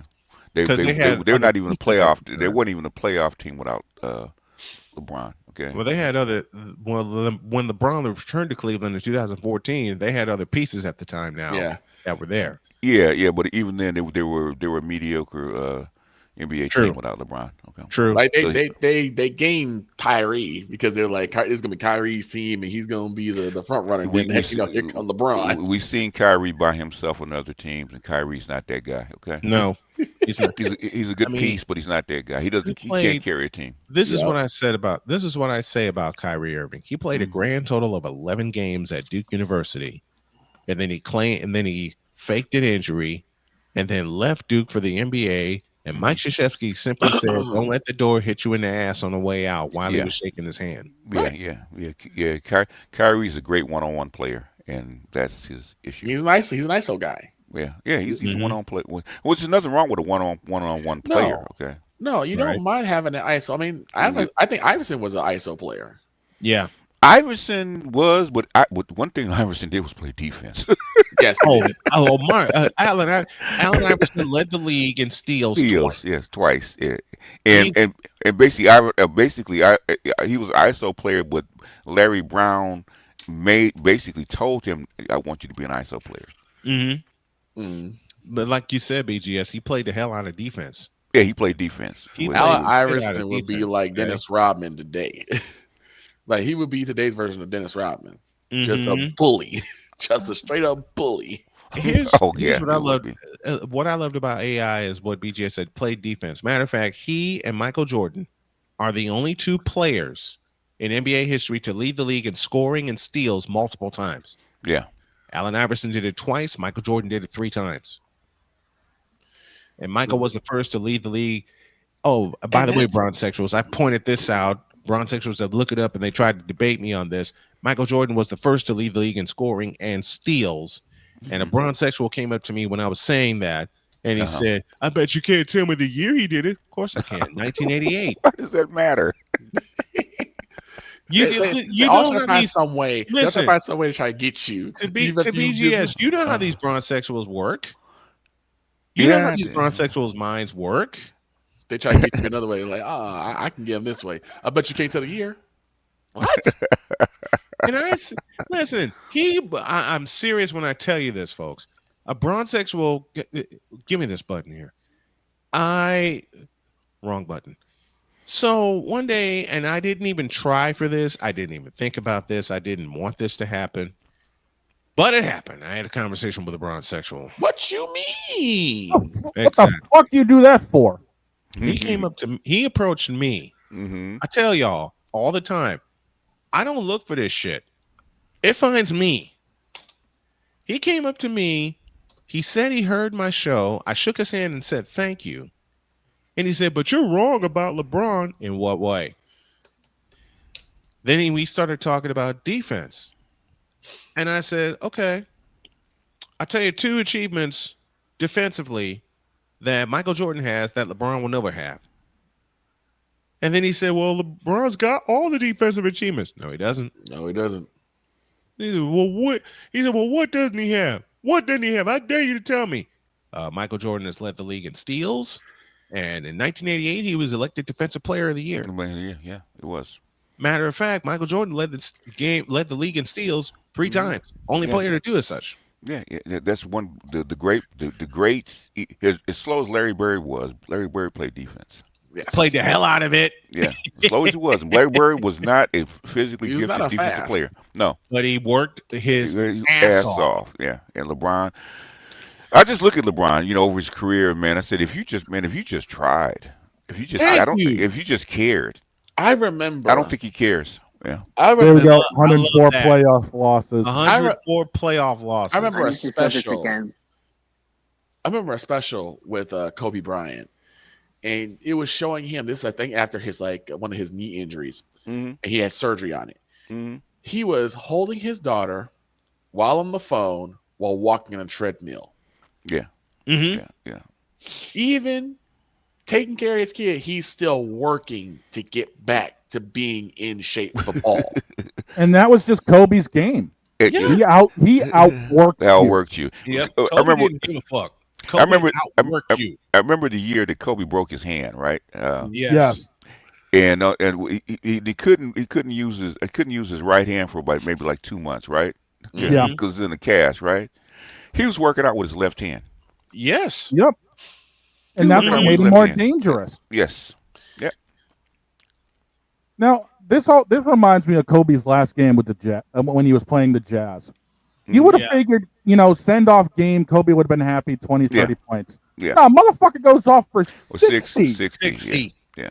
60 in his last game when they're retiring the numbers. He goes off for fucking 60. Yeah. You could tell he was exhausted. He was exhausted. He was blown when that game was over. When he kept shooting shots, that's why he took a lot of jump shots late in the fourth quarter. He was done. He was gassed. His legs were. He had no legs. The team was holding him up to it. But here's the thing about Kobe was the fact that he brought that team back to win that game. Mm-hmm. Yep, because they were down double digits. Yeah, and he single-handedly brought them back because they kept feeding him the ball because Kobe was the hot hand. Mm-hmm. Yep. Mm-hmm. Yeah, He just outworked everybody, including opposition. Now listen, bronzesexuals, listen good. I'm used to seeing places like the old Brendan Byrne Arena in New Jersey, the Spectrum in Philadelphia, and for BGS, the Fabulous Forum. Fuck the Great Western Forum. The Fabulous Forum in Inglewood, California, Chicago Stadium. Man, Chicago Stadium. Somebody send Angel Reese some Moses Malone tapes, please. Please. Please. Because Moses Malone went up against Kareem Abdul-Jabbar in the '83 World Championship Series and bullied the shit out of him. Where'd that straight come from? If you're gonna be missing layups and getting rebounds, go watch the tapes. At least Where that straight come from? My God. That straight came from the parking lot of the forum. Okay, this is what BJ does. He throws strays out there. We all get the meaning behind it, but the folks who follow the folks that we mentioned don't. All right, that stray came from the parking lot of the forum. Listen, Come on, I said it on this program, and BGS was with me the first time that I spoke about Caitlin Clark. BGS was with me. We had a lot of people in the chat that evening, and my wife made an appearance. Tell you about that in a minute. And BGS said, and BGS basically repeated what I said. Said Angel Reese is not good. Oh, I got hell for that the next day, and I didn't care. I didn't care. It's like, how can you say Angel Reese is not good? Like this, Angel Reese is not good. But you know what? Set the record for rebounds. Yeah, by missing her own damn shots 2 and 3 times. You know what? Basically, this is just anybody's a gym rat. Okay, everybody knows you can tell the player in warm-ups. Okay, you can tell the cat can play in warm-ups. When he's taking, he's just taking his warm-up jumpers, okay, and he go, oh, that's just the play, okay, or he goes for that layup and dunk. It's ooh, okay, he got it, okay. It's the same thing with Caitlin Clark and Angel Reese. I saw their workout tapes, right? And I saw Angel Reese, and I saw how hard Caitlin Clark worked. I said, oh, okay, she's gonna be great, okay. Because they remind me of Jordan. It reminds me of Kobe. Jordan is one that came up, started working out like people, and basically shooting 1,000 shots in a workout. Nobody done that before. Okay. Speaking of the go ahead. Speaking of the WNBA, I have a bump to pick with Cam Newton. He said, "You know what? Yes, we all got to pick with Cam. What did Cam say this time, man? Because Cam likes to start stuff. Cam puts foot in his mouth all the time. He said that Major League Baseball is a dying sport, and the WNBA will move past them in 20 years. That's a long time, man. I mean, it could, if they stop. The thing is, the only problem with women's sports, and WNBA exemplifies that, is that women want attention, individual attention, so badly they cut each other, right? In other words, you seeing cat jealousy, man, on steroids, okay? Which is why they're so pissed. Which is why they're so pissed at Caitlin Clark. Exactly. It's the main reason why people are watching. I want to be the golden goose. All chicks want to be the golden goose. In fact, I was just looking at a post saying that Asia Wilson is unhappy because nobody wants to buy the $16 tickets to see her jersey retirement in South Carolina. And basically, Caitlin Clark's tickets are going for $2,000. Yep. And she's pissed. She's pissed. I mean, they pick who they pick, man.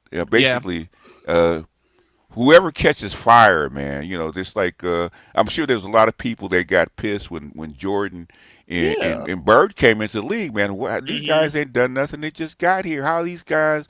Guess what they did, man? They shut up.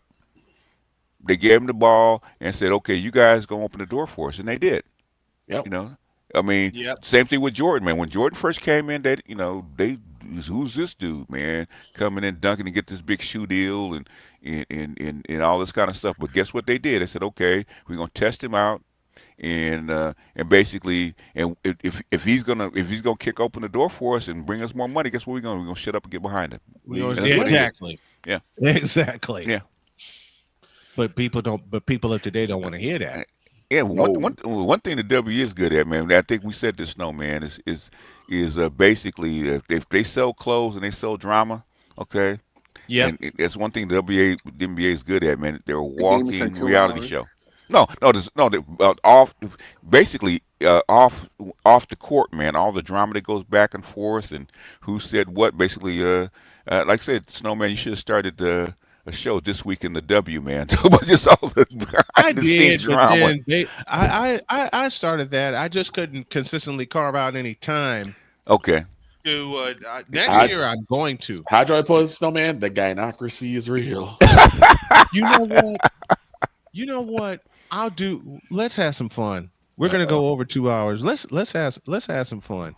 Mm-hmm. As many people know, I am in an interracial marriage, and boy, the shit that I have gotten for the last 6 years, because we've lived in Terre Haute, Indiana, Henderson, North Carolina, and now we're back here in Southern Indiana. When I showed BGS, when BGS found when Jody came in the house, this is how me and BGS got connected. I was on a stream one night, and we were with Charles Faulkner. Jody came in one night and saw the lights on my camera on, but I didn't have the camera on. Don't be showing my dirty ass house. And right on cue, BGS says, "You sure that's not a black woman in the house?" That's what a black woman would say. Been laughing at that shit since. Every time I repeat that to Jody, she starts cracking up. She says, "Well, that's our way of combating the racism we face every day." True. Yeah. True. Very true. Yeah. Anybody see what Charleston White said about Angel Reese? I got say he said Angel Reese needs to be dunking in booty shirts in a tank top with no bra, man, on OnlyFans. That's what he said. Oh God, damn. He says Angel Reese ain't playing basketball; she's selling coochie. That's exactly what she's doing. I gotta tell the story. She's been doing that since LSU. I know. That's what the money is. I gotta tell the story. Good. So last year we did a football game at Soldier Field. I hadn't seen Snowman in years, right? Yeah. This is the first time we were actually hooking up again. Mm-hmm. And I was the first time I was gonna meet Jody. Now, Power 92 here in Chicago, they had these chicks. They were screaming about this damn raffle all day. Every 20 seconds, come get a raffle. Day. Come get the ticket for the raffle. I'm like, bitch, they don't care about this damn raffle. But they said like, come get your ticket for the raffle, loud as hell. Yes. I'm like, we not that far away. You don't need a mega horn. You don't need a megaphone. Snowman and Jody come up, and I hug Snowman, and Jody was kind of like, "Who is this person?" Like she got a little defensive. Yeah, because she hadn't seen your picture. Exactly. She's like, she hadn't seen. This is Victor. She's like, "Oh, I can give you a hug now." She gave me a hug and everything. These two are hugged up, two peas in the pod. Yep. 10 minutes have passed. I ain't hearing not one word from the Power 92 club. They just watching us. They just watching us laugh and joke and talk. I'm like, y'all must have forgot about that damn raffle. Did y'all get the drawing out yet? Oh, it gets better because my buddy James came in. My buddy James McCallum came in, met Jody. Jody hugged him, and more eyes were on our crew. When my full crew got there, when Victor says it went silent in a minute. It was silent. It went silent. We were sitting outside waiting to get into Soldier Field. We get into Soldier Field, and this is where I had fun. We get into Soldier Field. It was hotter than hell, and Jody wasn't feeling well. After a while, they got her some water. I told the boys, take my equipment, set me up, go upstairs. I'll meet y'all up there. So Jody got better.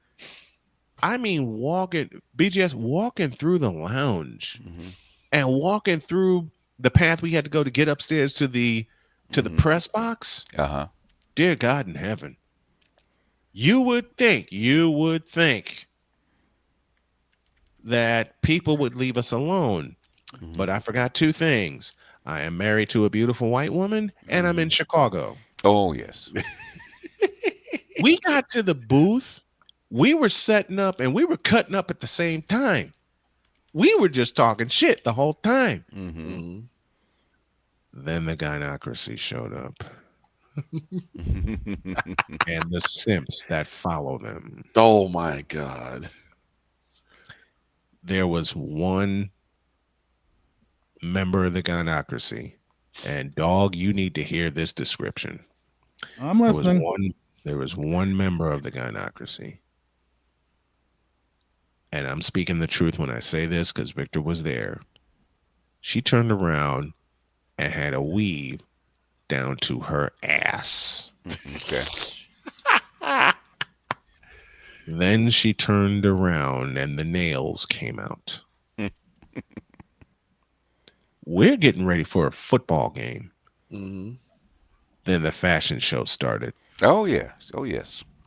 The fashion show started.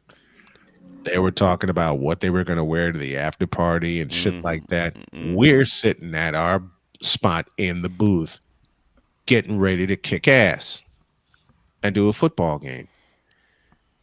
And when they heard me speak and I told my crew, everybody get ready. We're getting ready to go on.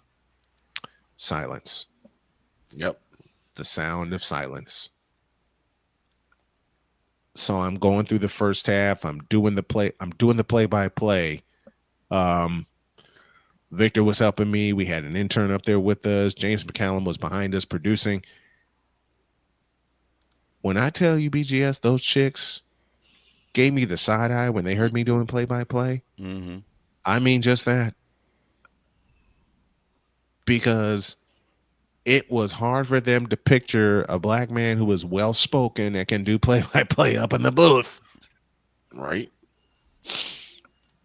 Then halftime came. And this is where the gynocracy really started to be fucked with. I was dead tired. I was dead on my feet. Jody comes behind me and gives me a massage. Victor, I'll let you take it from there. Oh. We got that to that point. Now I went to go get some water because the fools decided not to open the big water cooler that was right there. Right. So I got to go downstairs and pay $7 for a water. Okay. Yeah. I went down there, got my water, came back up, and Snowman's getting a massage from Jody. And every female in that room had their eyes glued to the back of Snowman's head. That thin line of a mouth was like, Yeah. That's that sound. Right? And I heard that sound a couple times. Look at that. Like what I'm running interviews that I taped for halftime because halftime was 25 minutes. Battle of the bands and things like that. Boy, I heard like 6 times. I'm like, what you Shout mad to for? Jody. Didn't give a fuck. No. Right.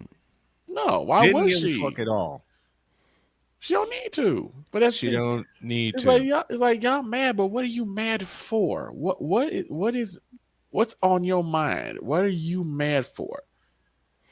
What they doing has nothing to do with you. So what are you mad for? They're not in control. That's all that is. That's all it is.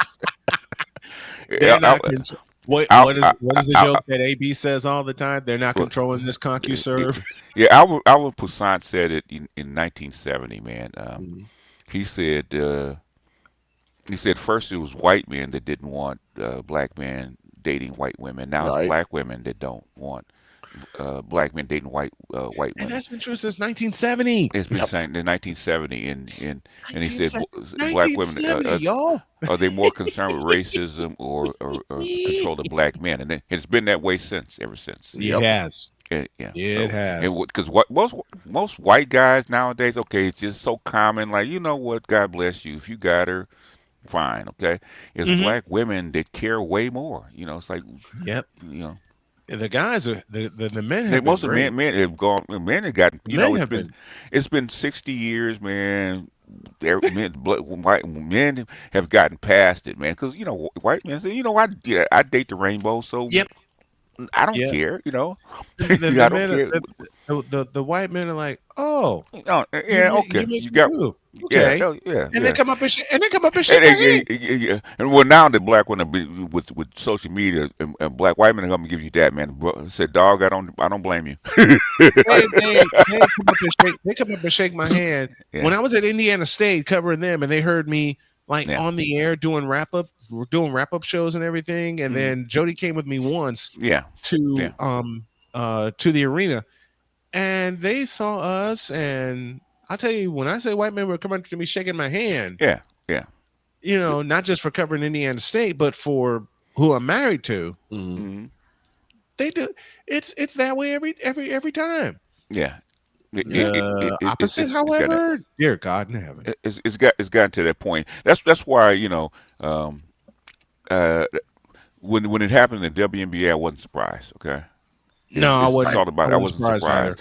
I had hoped that black women would go ahead and let this, this, because this kind of ticks me off sometimes when they try to associate with racism.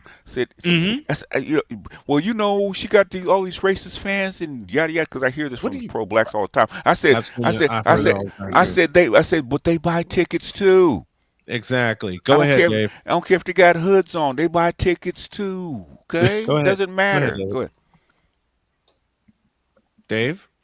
Dave, can you hear me? Oh, I'm here. Yeah. I was saying racist fans. Yeah, right. That's just Thank you. Thank you. Yeah. You know what it really is? It really is that what really pisses black women off is that all the black men and all the black players, all the black male NBA fans love her game. Okay. Right. And they thought the NBA was bad for politics. Yes. Say that again, David. Say it again. And they thought the NBA was bad for politics. Yeah. Well, here's the other thing that gets me is like, is she supposed to be able to control her fan base? Is Kim supposed to be able to control her fan base? You know when it really went off the rails is when she was elected the Time Athlete of the Year. Oh yeah. I mean, because I'm going to do another video on that later today. Yeah. When I get done with housework here, I'm going to do another video on that later today. And BJS, if you're on, I will succeed you in that. Okay. The thing is like, yeah, like could there be some racist fans who like Clark? Sure. Yeah, sure. You don't know that for sure, and she can't stop that because they grown men and women. They're gonna like or dislike whatever they like or dislike. Right. Same thing for the NFL back in 2016 or whatever. With the Snowman, hold on, Snowman, you gonna laugh at this? I saw something. Someone has sent me something about they wanted the 49ers. To fire George Kittle because of his Trump hat. I remember that.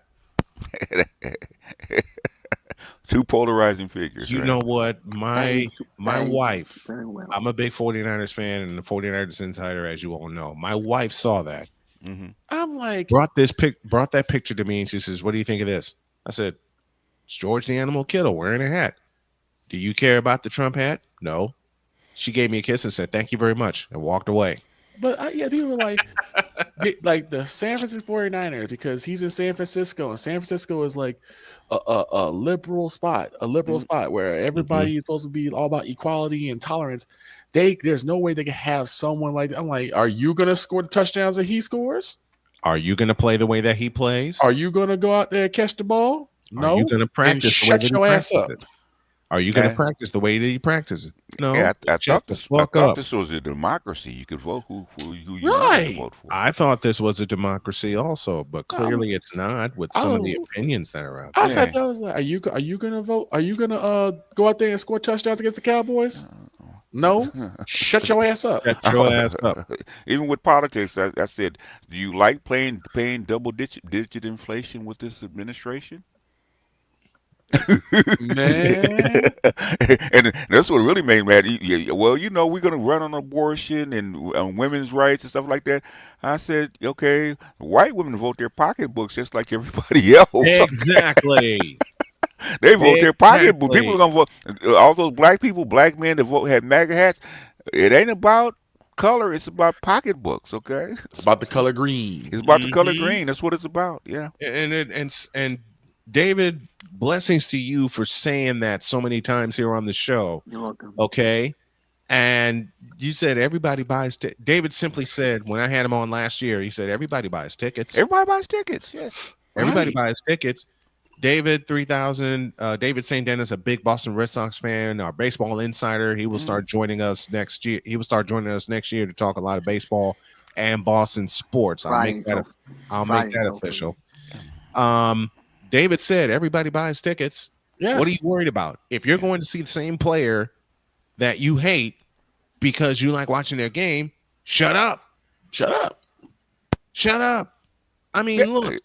Yeah, but Ali did it. Ali did it long that I hated Larry Bird. Yes, I did too. And see, this is why I love. This is why I love. Watched him because he played damn good. I wanted to see him lose. I wanted and I paid for it. Yeah, I love Ali. Absolutely. Ali was the first. Yeah. Ali didn't cry when he got punished for the situation for not setting up for the draft or whatever. Mm-hmm.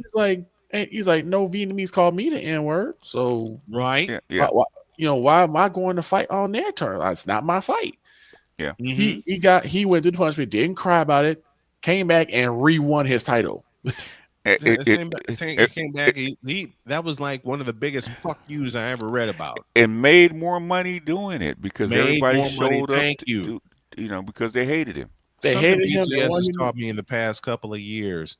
And I borrow a quote from the movie The Two Jakes in 1990. You can follow the action, which gets you good pictures. You can follow your instincts, which will get you in trouble.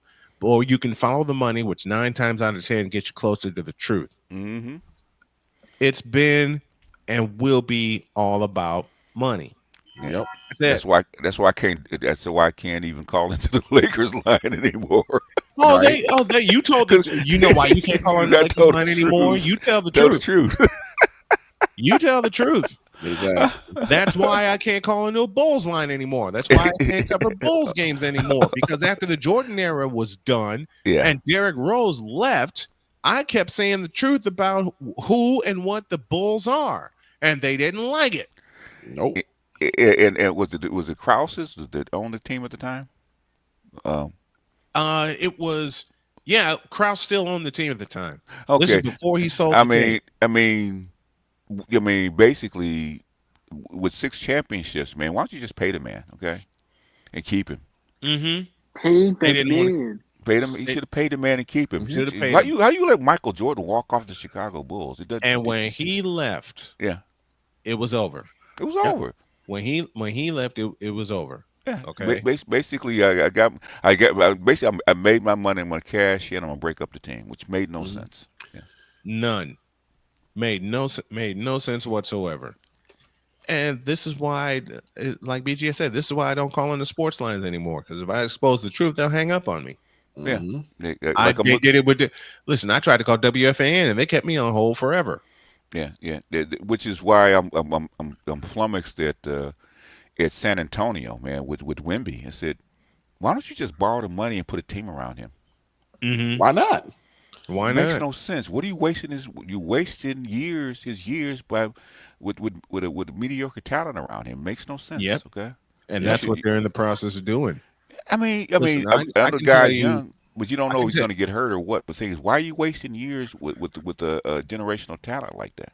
I can tell you, as a man who has covered the Spurs and knows the play-by-play voice and Bill Schoenig, he'll say the same thing. They're a good team, the Spurs. They have a great player and a mediocre team, and that's the problem because this team should be challenging for the playoff for the championship every year with that kind of guy. Because when Kareem came in, when Kareem Abdul-Jabbar came in his first year, first thing he did is he went and got players and put around him. But he was challenging for the championship his very first year. Yeah, he was in Milwaukee. In Milwaukee, yeah. And who would have thought back then that a small market team like Milwaukee would be challenging for the championship? Yeah. Who would have thought that they would? The cup. Right. Oh God. Wait, what? Okay. What's that? I think I found something fake. I don't want to read it, but I'm going to read it anyway. Oh no! And this is the last one before we get out of here. Okay. There's a poster with a quote saying Bronny deserves a spot on the USA Olympic roster, and it reads LeBron James on his son Bronny. I don't think. No, oh God, please. Oh boy. Please don't. No.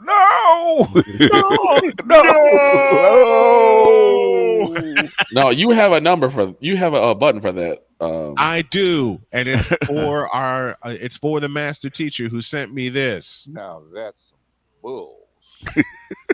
No, I've been saying that. No. Listen, BGS, I've been saying that in your voice all morning.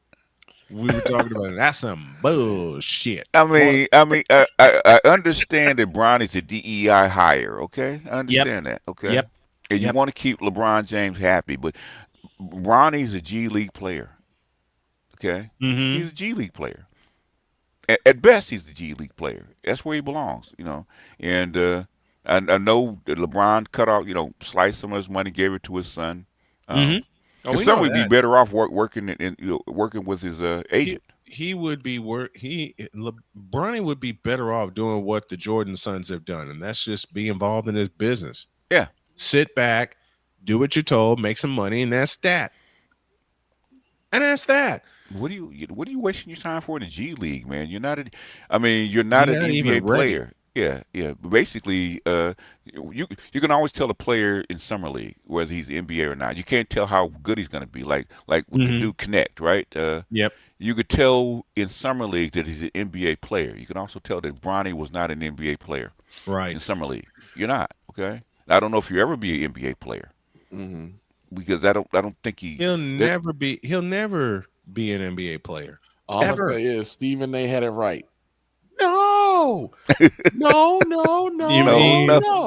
You mean? Wait a minute. Are you looking for this? No. Wait, Bronny, an NBA player? No. And No. Unacceptable. No.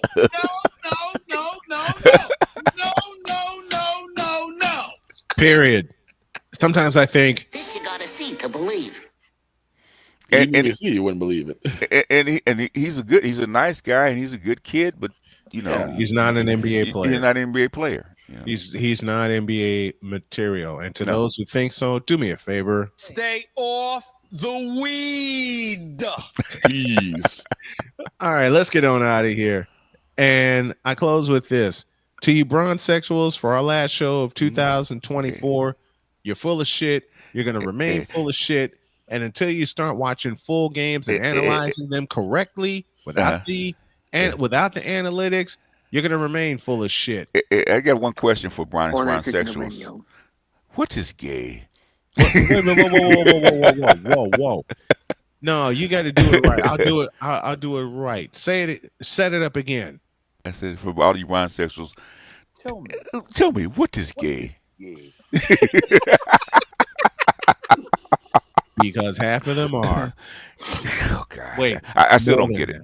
I still don't get it. Basically, I don't get it either. LeBron, I mean, your kid got in. You played with your kid, man. Retire and let the Lakers rebuild the team. Okay, please. And let the NBA get back to where it was. Yeah. And please. They when they won the championship, which I don't understand about how Laker management is. Most teams run it back. Okay, should have kept that team together. They didn't. And they didn't. You broke the team up because LeBron wanted you wanted a more marketable player. Okay, that's what you got.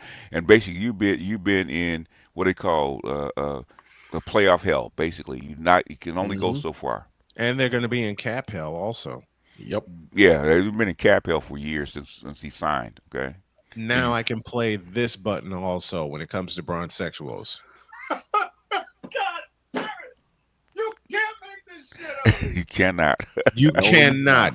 And to repeat the question that the master teacher had for bronzexuals. Tell me, what is gay? Get out of my face, you thirsty bitches. In a world where logic and sense flies completely out the window, while purple and yellow glasses are donned, rises a figure who encourages ridiculous, undying loyalty. Good Lord, I'm about to throw up. This has been yet another installment of The Bronzexual Confessions. Thank you to everybody that came on today. Thank you, David, for coming on. We'll work out the logistics of you being on each and every Tuesday to talk baseball. I said Friday. Friday? Okay, we'll change. We'll do it Friday. 8:40. 8:40. Friday is 8:40. That's when you will see David talk all kinds of sports with us.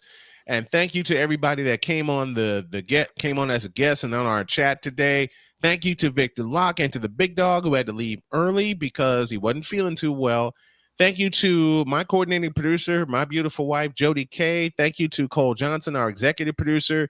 It's a very successful 2004, and it's going to be an even more successful 2005.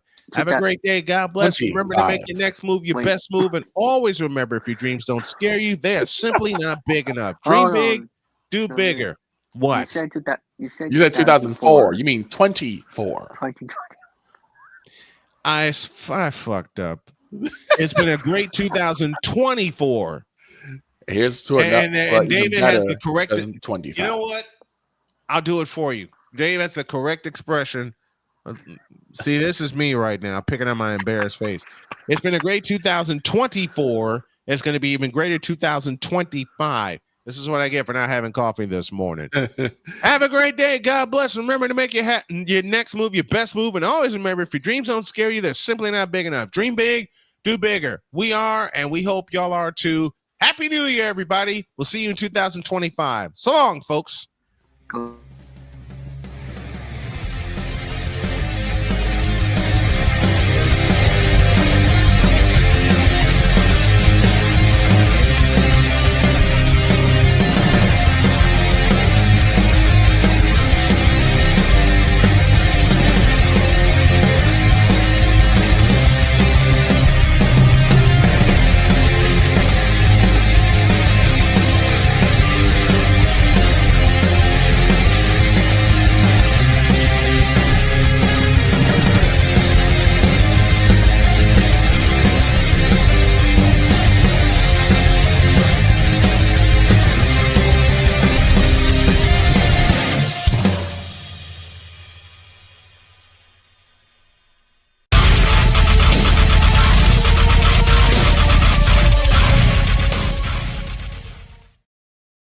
And yes, I committed a colossal fuck up.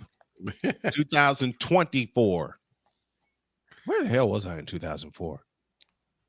Adios.